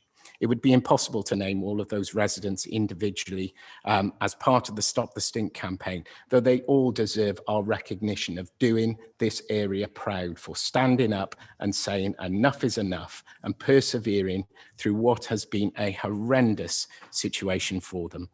I've previously commended Steve Meakin and Graham Eagles. I'd like to also commend Nath Wint, who has been critical in ensuring that residents' voices are coordinated and heard. All three of these have galvanised us, and I consider myself as a resident, have galvanised us as residents and never given up on their resolve to enact the change that we need. I commend this motion, I commend them, and I formally move this motion in my name. Thank you, Councillor Jones. Councillor Simon Tagg, would you like to second? Thank you, Mr. Mayor. Yes, certainly would. I think this is the culmination of this meeting, isn't it? We're an hour and 45 minutes into it. I think this is the culmination where we reach a motion together as a council. I think it's going to be unanimous. And I just, which didn't make it into our file of representations because you arrived late this afternoon, received one from Newcastle College. And I'll just read out to it. As you're aware, we are now open to students, obviously with the reopening after the lockdowns, and we're doing our utmost to keep them safe. Part of this is to ensure that the buildings are well ventilated at all times in line with the guidance received by the government. However, we found ourselves in an untenable situation whereby providing such ventilation results in the awful permeation of the whole building with the stink. So that's just another flavour to put in there, I think, on this. And I think, you know, I pay tribute to the community as I did right at the beginning when I gave my response to the Scrutiny report. And I think those people named from Stop the Stink deserve credit. And I'm keeping regular contact with Steve Meakin and also Graham Eagles as well as the other members of the Stop the Stink who are active on Twitter as well. And I think, you know, social media has really sort of brought this to the fore, hasn't it? And it's actually where it's been used for a source of good. I think sometimes it can be used for a source of bad, as we've probably seen in some of the chat tonight in the YouTube thing. But I think it also can be used for, you know, a liberating cause and promotion of a cause, and we've seen that here, and it's gone all the way, as I said earlier, right up to 10 Downing Street, no matter who's the Prime Minister. It's gone up to 10 Downing Street, no matter who's the local MP. It's gone up to 10 Downing Street, and everybody deserves credit for it. It started as a community movement, and it's now gone through this council. Councillors have been involved putting this forward, and it's gone through to the highest areas of government, and we're being listened to now about this objectionable stink that our residents have been able to put out, that we've all experienced because we all live in the borough. And I think that this motion deserves the support for those points which Councillor Jones has put forward. And I think that, you know, the council resolves those things which will come to pass, and also that we will obviously be acting on this report, and also will be acting on the resolution of the previous report as well, to ensure that this carries on, and we carry on this fight for our residents until I think ultimately the EA have to look at the future of this site, and I believe it should be closed. And when it is closed, they should then bring forward the restoration phase of this site to turn it back to what it was before. Well, that was the mole hole before, of course, but the green space it was before. And it will be again in the future. But I think that's too far in the distance, and there's too much rubbish to go in there between now and then. And I think that should no longer be allowed because of the issues we've discussed tonight and the closeness to our town centre and our communities. So I have no problem seconding it, and I hope all members support it. Thank you. Members, we now move to debate on this item. Can I ask you to indicate by raising your hand if you wish to speak? I'm also conscious of the time, members.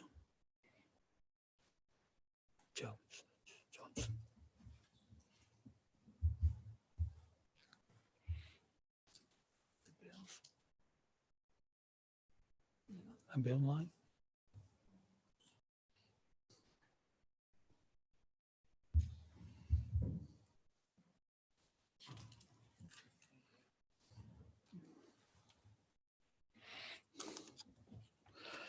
Councillor Gardner.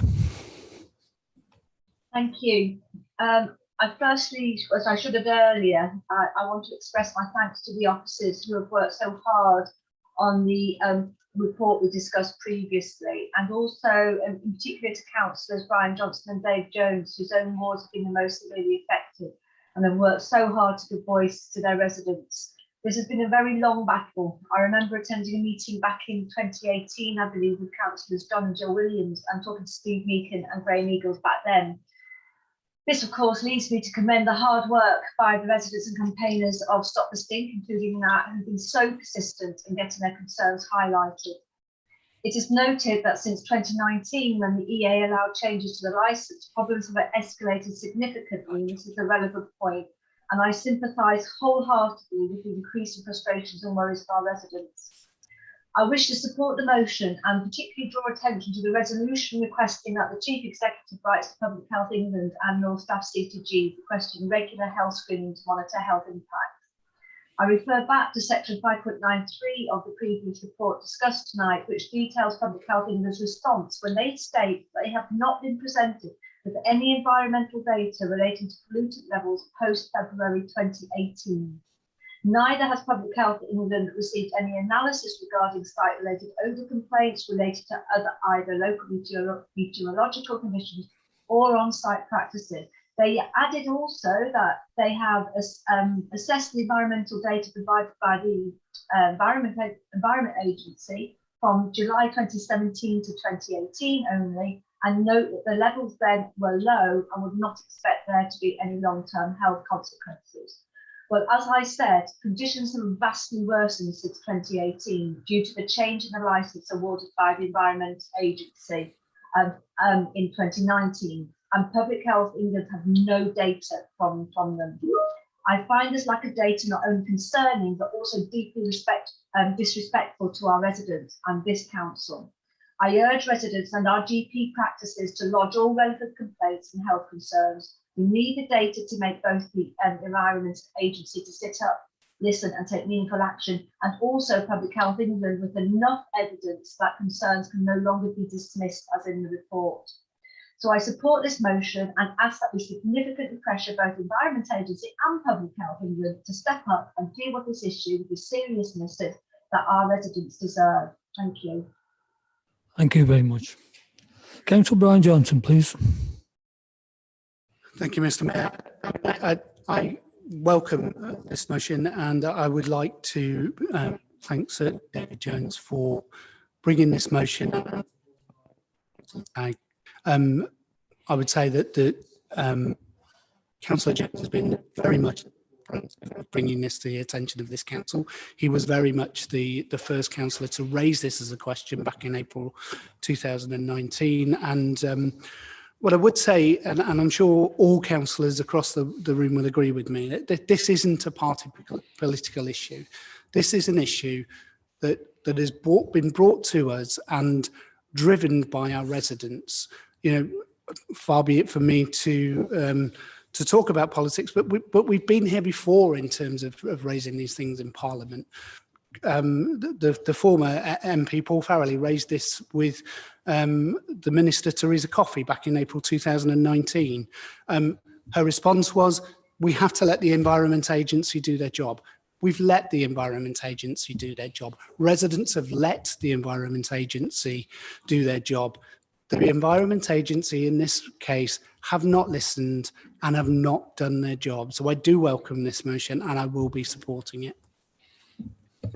Thank you, Councillor. Councillor Holland, please. Thank you, Mr. Mayor. If it sounded a little bit tonight as though I've been speaking from a script, it's because I'm choosing my words very carefully. And I think we all know why some of us are doing that tonight. I'm out of notes now, so Lord only knows what I'm going to say. But I think I'd start by reflecting on the residents and how many people have been in touch with us as local councillors. What they are asking of us is that we do everything in our power. And I truly believe that we are. I know that councillors have been at pains this evening to explain just how passionate they are about this issue. And residents are asking us to say, do you do everything you can? Yes, we are. Councillor Tagg didn't find time in his comments to respond to my question about the County Council, but I am reassured, I can promise residents again that yes, they are doing everything in their power to regulate those things that are within their control. Certainly the highways, that is very squarely a county responsibility, and I know that the County Council is taking action to ensure that those are kept clean. Other councillors have reflected on the Environment Agency. The Environment Agency has tonight published a briefing to some of its local stakeholders, and very disappointingly, it says this: while we understand residents want the issue to be resolved, we do not believe that closing the site would achieve this. Frankly, I'm not sure that's good enough, and I regret very much that I've read that this evening. The Environment Agency has a responsibility. They must be held to account. And the motion tonight, the key resolution in the motion, in my mind, is something that goes beyond what has been recommended by our scrutiny committee. And that's partly about writing to the very top people in government and in the regulator, but it's also about us as an authority speaking as one to endorse those local residents who are asking for this site to be capped off. So I shall conclude, if I can, with some sound business advice for the site operator. I can hear their lawyers sharpening their pencils already, but it's this. When you are in the business of waste management, you are providing an essential local service. I think we would all agree that it's important that we have our rubbish disposed of. It is vital, in fact, and people who do that job deserve our thanks. But with every site that is a landfill, with every waste disposal operation, there come strict responsibilities. And those are responsibilities that are placed on companies that perform waste control, landfill, by the regulator under the environmental acts that we have to protect public health, to protect the environment. And the cost associated with meeting your obligations is part of the normal cost of doing business. And at some point, if the costs of responding to regulatory involvement, the costs of these gas wells, the cost of chemical treatments, the costs associated with capping temporarily bits of landfill that you're not actively filling, if those costs exceed the profits that you make, is it not time, sensibly, purely on a strictly business, economic, capitalist basis, to walk away and to say, actually, this is the time to cap it all off? That's a question that I will leave hanging for the site operator in this case, but it does apply across the board. I think if I can close with a sound bite, they have curtailed the inhale. They must stop the stink, because the people of Newcastle have said their no's to nose nuisance. Thank you, Mr. Mayor. Thank you, Councillor. Councillor Fox-Hewitt, please. Thank you, Mr. Mayor. Obviously, I fully support the motion. I think more widely, I think tonight has clearly demonstrated the unity of all councillors and parties, which I'm sure will be of huge relief to those hundreds and thousands of residents who are suffering every day due to this continuing problem. However, there are, of course, remaining issues within much scepticism within politics. And I think that's in particular around accountability. And I think residents will want every single one of us in a position of influence to deliver on this hugely important issue. Therefore, I would request or propose even that in addition, a timeline is produced after tonight and made public for everybody to see that details what we are going to do as a council. And that's arising from the scrutiny report that we've received, the investigation report, and the motion brought by Councillor Dave Jones that I'm sure we'll all support. And it should detail what we expect to be done in response to our actions, and most importantly, when we expect these actions to have been completed. Because I think it's important to say that while we're criticising others, where others have failed in their responsibilities to our residents and our communities, let us lead the way in transparency and accountability.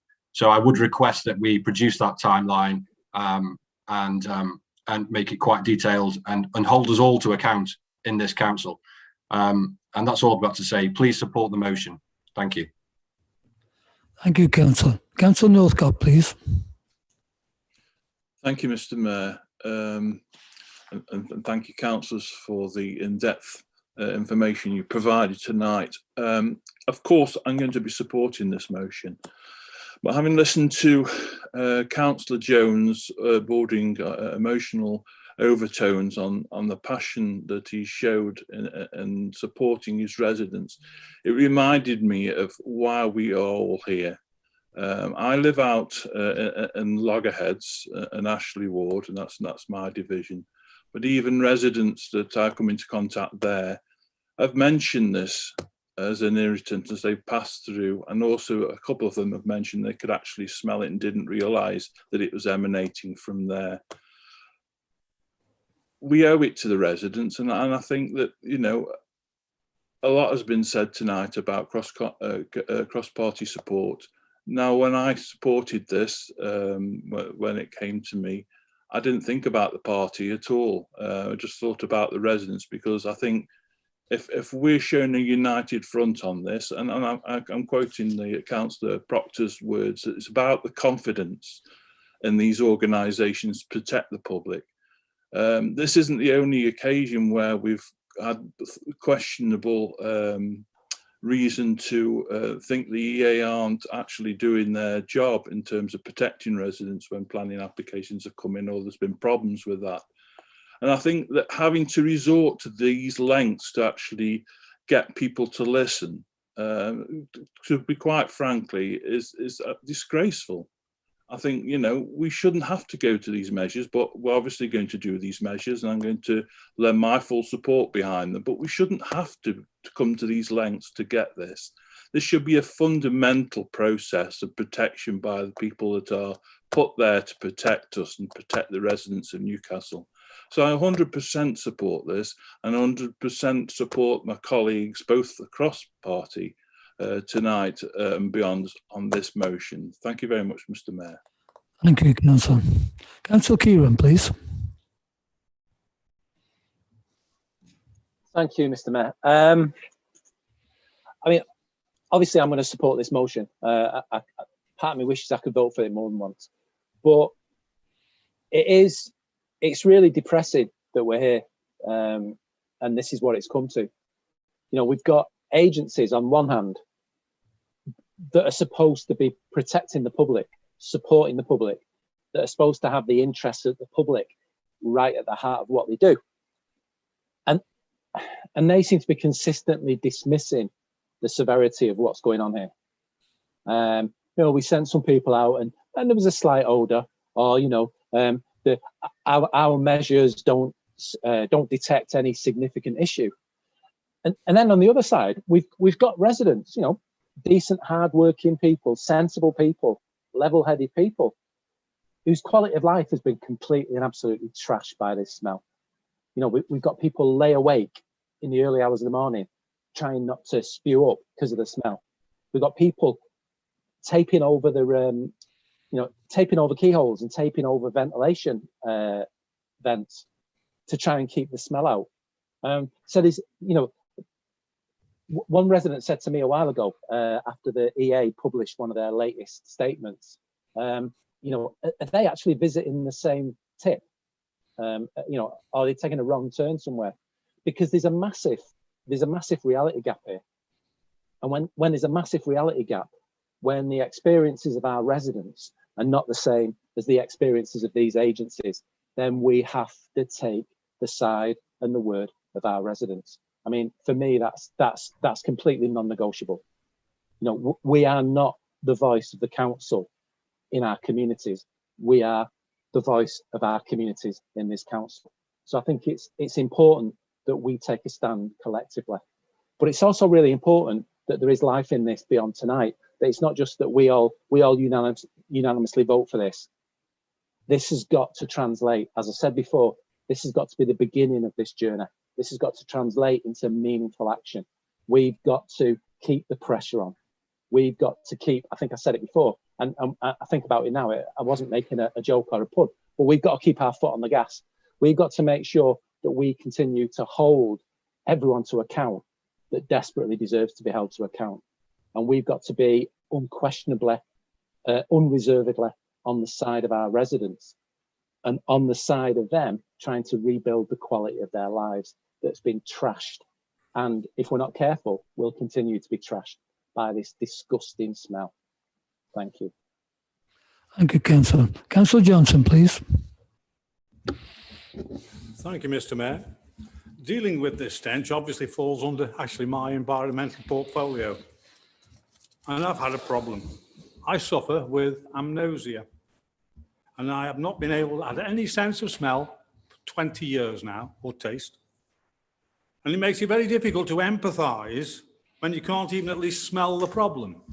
But what I have done, my son, who regular reports. He's been and he's picked me up on 3 occasions now and driven me to the epicenter of the stink. I smell nothing. I can see the distress on his face.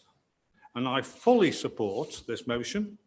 And I thank the leader for actually bearing the load for me, because it's in my portfolio going forward. Okay, thank you, Mr. Mayor. Thank you. Councillor Stubbs, please. Thank you, Mr. Mayor.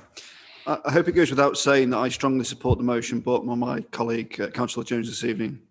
And I hope that finally the senior players in this continuing debacle, the likes of the Environment Agency, Red Industries, and as been previously mentioned, Staffs County Council, amongst others, are finally sitting up and paying attention. Much has been said tonight about the interventions of various councillors and members of Parliament. But isn't it refreshing that for the first time in my 9 years in this chamber, that we are united as one? I don't ever remember a united chamber as much as this in the last decade. But I still wonder, Mr. Mayor, where we'd be without the residents' direct action and where this process would actually be right now. Mr. Mayor, they say a picture is 1,000 words, but I recall the simple act of me being sent a video showing a domestic electric filter in a normal household. The pollution level was normal, and then all of a sudden it was at a toxic level and warning the resident to leave the area. All that had happened was a set of patio doors had been opened in the background. That was the single moment I knew that I had to support the local community to finally bring an end to the nuisance that is Walley's Quarry. It would be nearly impossible to name every member of the community that has individually or through protest groups like Stop the Stink fought to bring this situation to a resolution. But I think it's essential that community leaders like Steve Mickin and Graham Eagles are not only thanked, clapping souls very little, but actively supported in their ongoing battle to protect the communities which we all live in. Earlier this month, Red Industries proposed a temporary curtailing of their activities, but are the residents of Newcastle expected to believe them in the same period of time that the Environment Agency served the company with 3 breaches of their licence and footage emerged of vehicles operating both before and after the agreed hours of operations? What staggers me, Mr. Mayor, and most people in the borough and beyond, is the ineptitude of the national regulator with regard to the quarry. If it's not the agency's own monitoring equipment that's not operational, it's the failure of Claire Dennis and others at the agency to ever appropriately challenge Red Industries. It suggests to me and to many residents that they are more afraid of the alleged polluter than the actual potential victims themselves. And this seems a very strange way to operate a regulator, if you ask me and the residents in the shadow of Walley's Quarry. In closing, Mr. Mayor, and very similar to Councillor Holland, many further allegations and comments I'd like to put on the public record, I won't, because I want to help out the council's legal officer and allow him to take the fight to the industries and the agency rather than defending me in a possible slander suit. But I will say this, Mr. Mayor, we as a community will not stand idly by whilst the health of our community suffers. Work with us, or I and other councils across this council will have no alternative but to go further than this motion and to explore our own legal avenues on behalf of our residents. Thank you, Mr. Mayor. Thank you, Councillor. Councillor John Williams, please. Thank you, Mr. Mayor. I support the motion. I'm saying that, and we've been talking about capping. And if anybody hasn't actually seen the quarry and the height of the rubbish, I'll call it that, that's been dumped there, is quite appalling. And it's of an height now, it's still as high that it was deep. I knew the quarry very, very well, being bored up in this area. And it wants capping up, and it'll be rather a large cap. And we'll suffer that surely, and we'll suffer with all the wagons that will bring materials into cappies. But it'll be well worthwhile. But the whole lot wants capping off, and dare I say, overseen by the Environment Agency, because I doubt whether they can. But it needs to be a watching brief. And all councils, I'm sure, will be looking what's going on in the future. And then we get over this and this epidemic that we're going through at this moment in time. Because the future, we're looking to the future for our children. And the capping off needs to be really monitored. Thank you. Thank you, Councillor. Councillor T. Sweeney, please. Yeah, thank you, Mr. Mayor. I'm actually basically going to repeat what Councillor Williams has just said.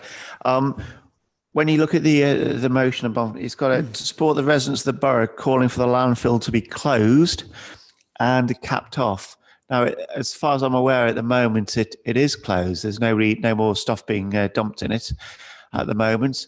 But as I said, the riveting story about letting my cat in last night at 11 o'clock, and the whole part of Clayton absolutely stunk.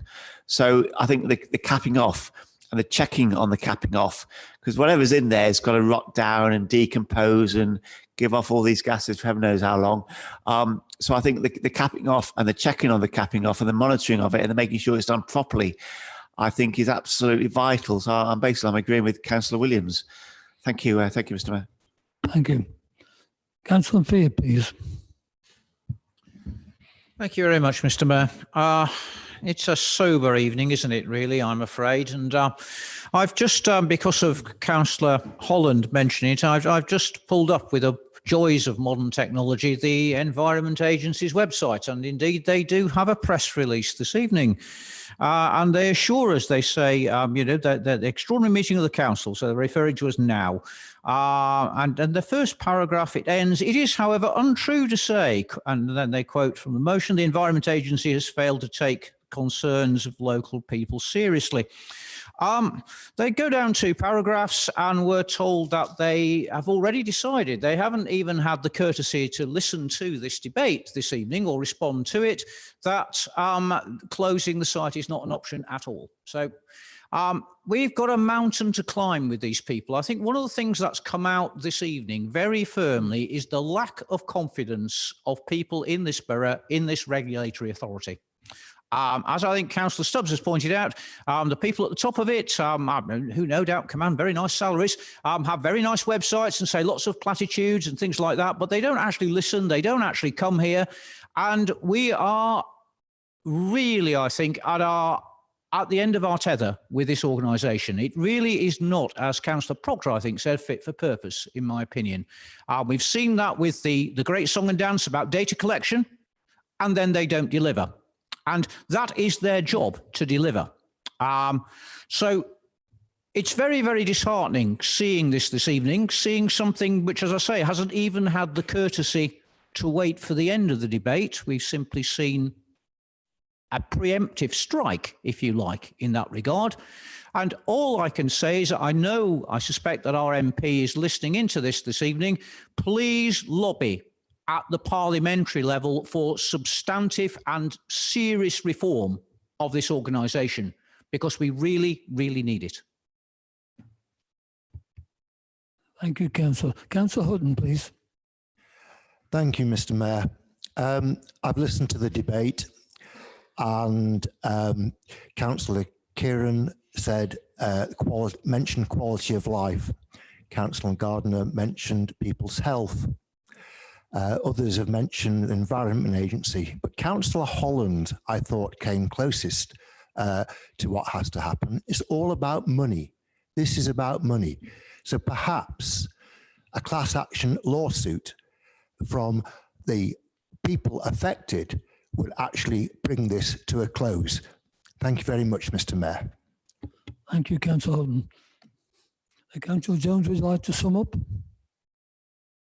Yes, thank you, Mr. Mayor. I've been making further notes. I feel like I've gone back to uni all over again. This has been an absolutely incredible debate, and I am heartened by members' comments from across the political spectrum.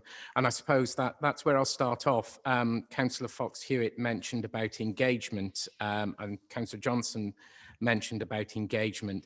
And I'd like to make it clear that I will work with anybody to ensure that this problem is resolved, whichever political party they are, whoever is the MP, whoever sits in number 10, be they Conservative, Labour, Lib Dem or Monster Raving Looney Party, I will work with them to resolve this problem. This problem transcends politics, entirely transcends politics, and we have demonstrated that here today in this chamber, that we can come together to resolve these critical issues for the borough. And I'm heartened to hear so many councillors in support.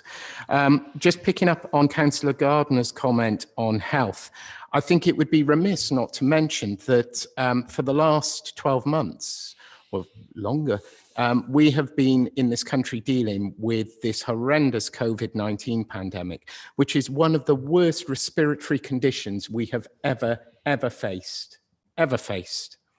And we are talking about an issue that is affecting people's respiratory health. And that's why public health need to come in and investigate this. We have residents who have severe respiratory complaints normally, but in light of COVID and those who have contracted COVID, they have well within their rights to understand if this has exacerbated that for them. I'm not saying it is, but that's why public health need to come in and actually take this seriously. Councillor Northcott, it's always a pleasure to hear from Councillor Northcott, who's a county council colleague, who has mentioned the cross-party support, the United Front, but demonstrated how this is for the residents. And for Councillor Northcott, whose residents live a significant distance away from the site, to demonstrate how it's affecting their lives is a critical intervention in the debate. Councillor Trevor Johnson, I listened intently because you must be the luckiest man in Newcastle with no ability to smell. And I have colleagues, work colleagues who are in have similar anosmia.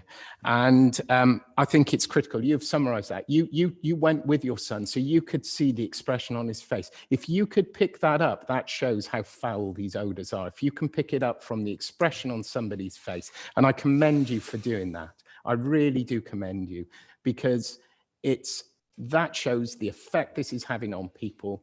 And I just wish the Environment Agency would do that. Councillor Sweeney and Councillor Williams talked about doing a proper job. Cannot agree more. This isn't a case about chucking a bit of soil or a bit of coverings over the top and just putting a sticky plaster over it to resolve the situation. This is about dealing with the problem.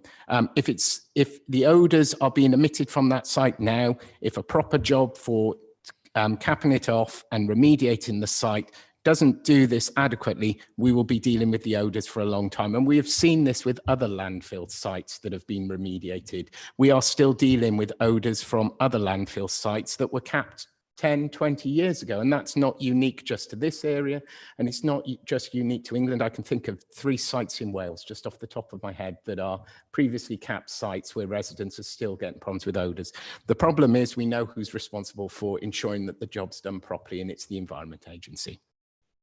And I think that brings me on to Councillor Fear and Councillor Holland's very excellent interventions in the debate. The Environment Agency today predetermine and decide that it's not an option to close. Well, that's wrong. It's well within their gift to do that. They are the regulator of the permit. They could choose to suspend the permit temporarily, permanently. They could choose to direct the operator to cap the site off. It is entirely within their gift. And I'm reminded of linking into what Councillor Proctor said, and please excuse the link. This isn't me trying to politically link you, but it reminds me of, because I know that you'll be disappointed with this, it reminds me of something Tony Benn said, and I know that Councillor Proctor might not be a strong fan of Tony Benn, and that's fine. But when you talk about people, who are they? How did they get there? Who do they serve? And how do we get rid of you?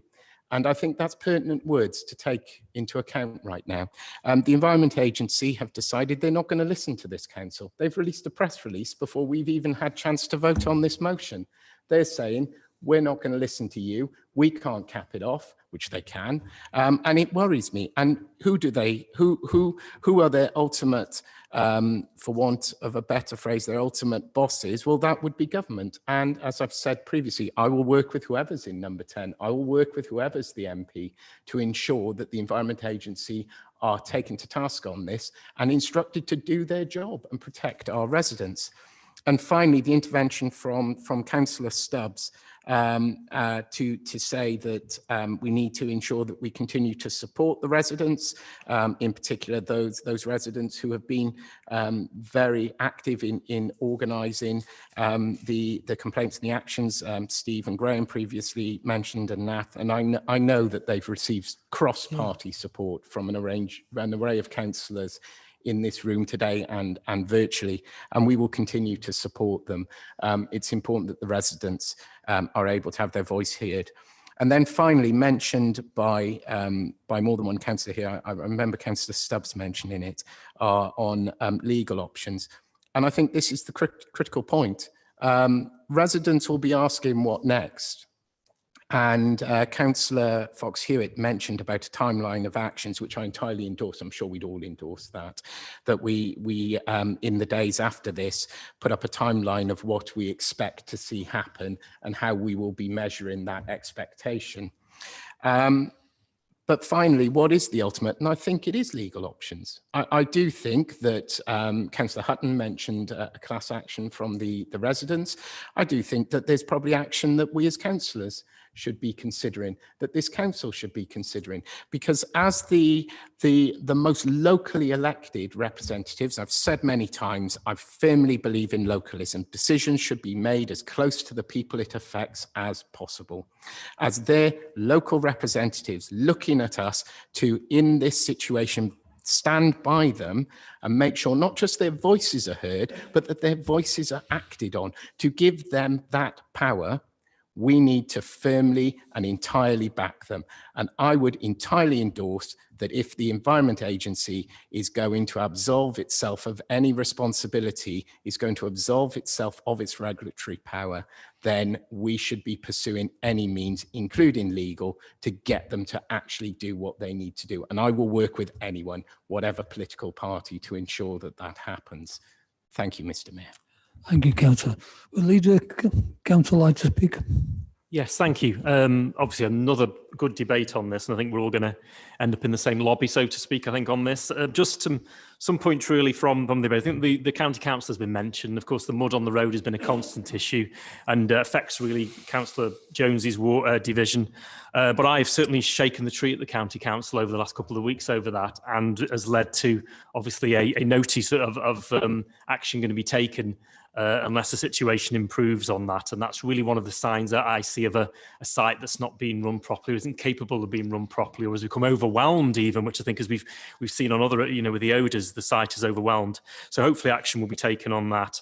I think this has been also a two-way meeting. As I mentioned some stuff earlier, which we're not going to mention again, comments in chatter, but I've just made aware of obviously Dr. Scott from the Silverdale Village Surgery, who obviously our local MP went to see, and he put forward a number of things which were people reporting to him, which I think is really crucial. I hope the EA are listening to this. Making asthma worse, hay fever type symptoms, nausea, insomnia, depression. These have already been reported from people that are living in that areas to one of the local GPs, which is very concerning, and it needs to be something that the EA needs to sit up and listen to, and also Public Health England, I think, on that. So let's hope that message gets through to who it needs to get through to. On a clear set of actions, I think we've got those tonight, haven't we? And I think anybody that knows, since I've been leader of the council in December 17, whenever something's passed in this council, I ensure that it's taken forward, whether that was the mental health issues that we now highlight with our staff and in the community. We passed a motion on that.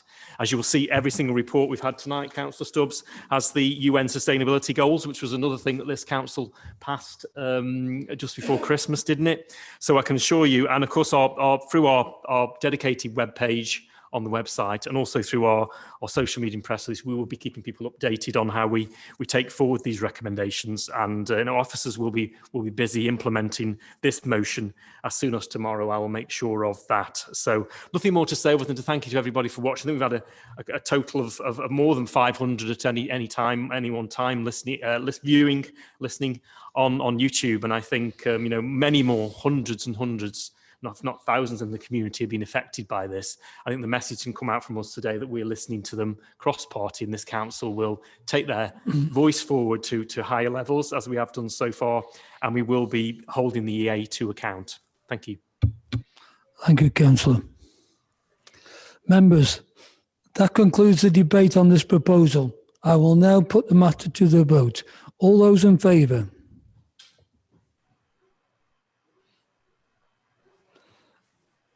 All those against? That's carried. All right. Item 6 on the agenda is urgent business. I have not been notified of any urgent business. Item 7, disclosure of exempt.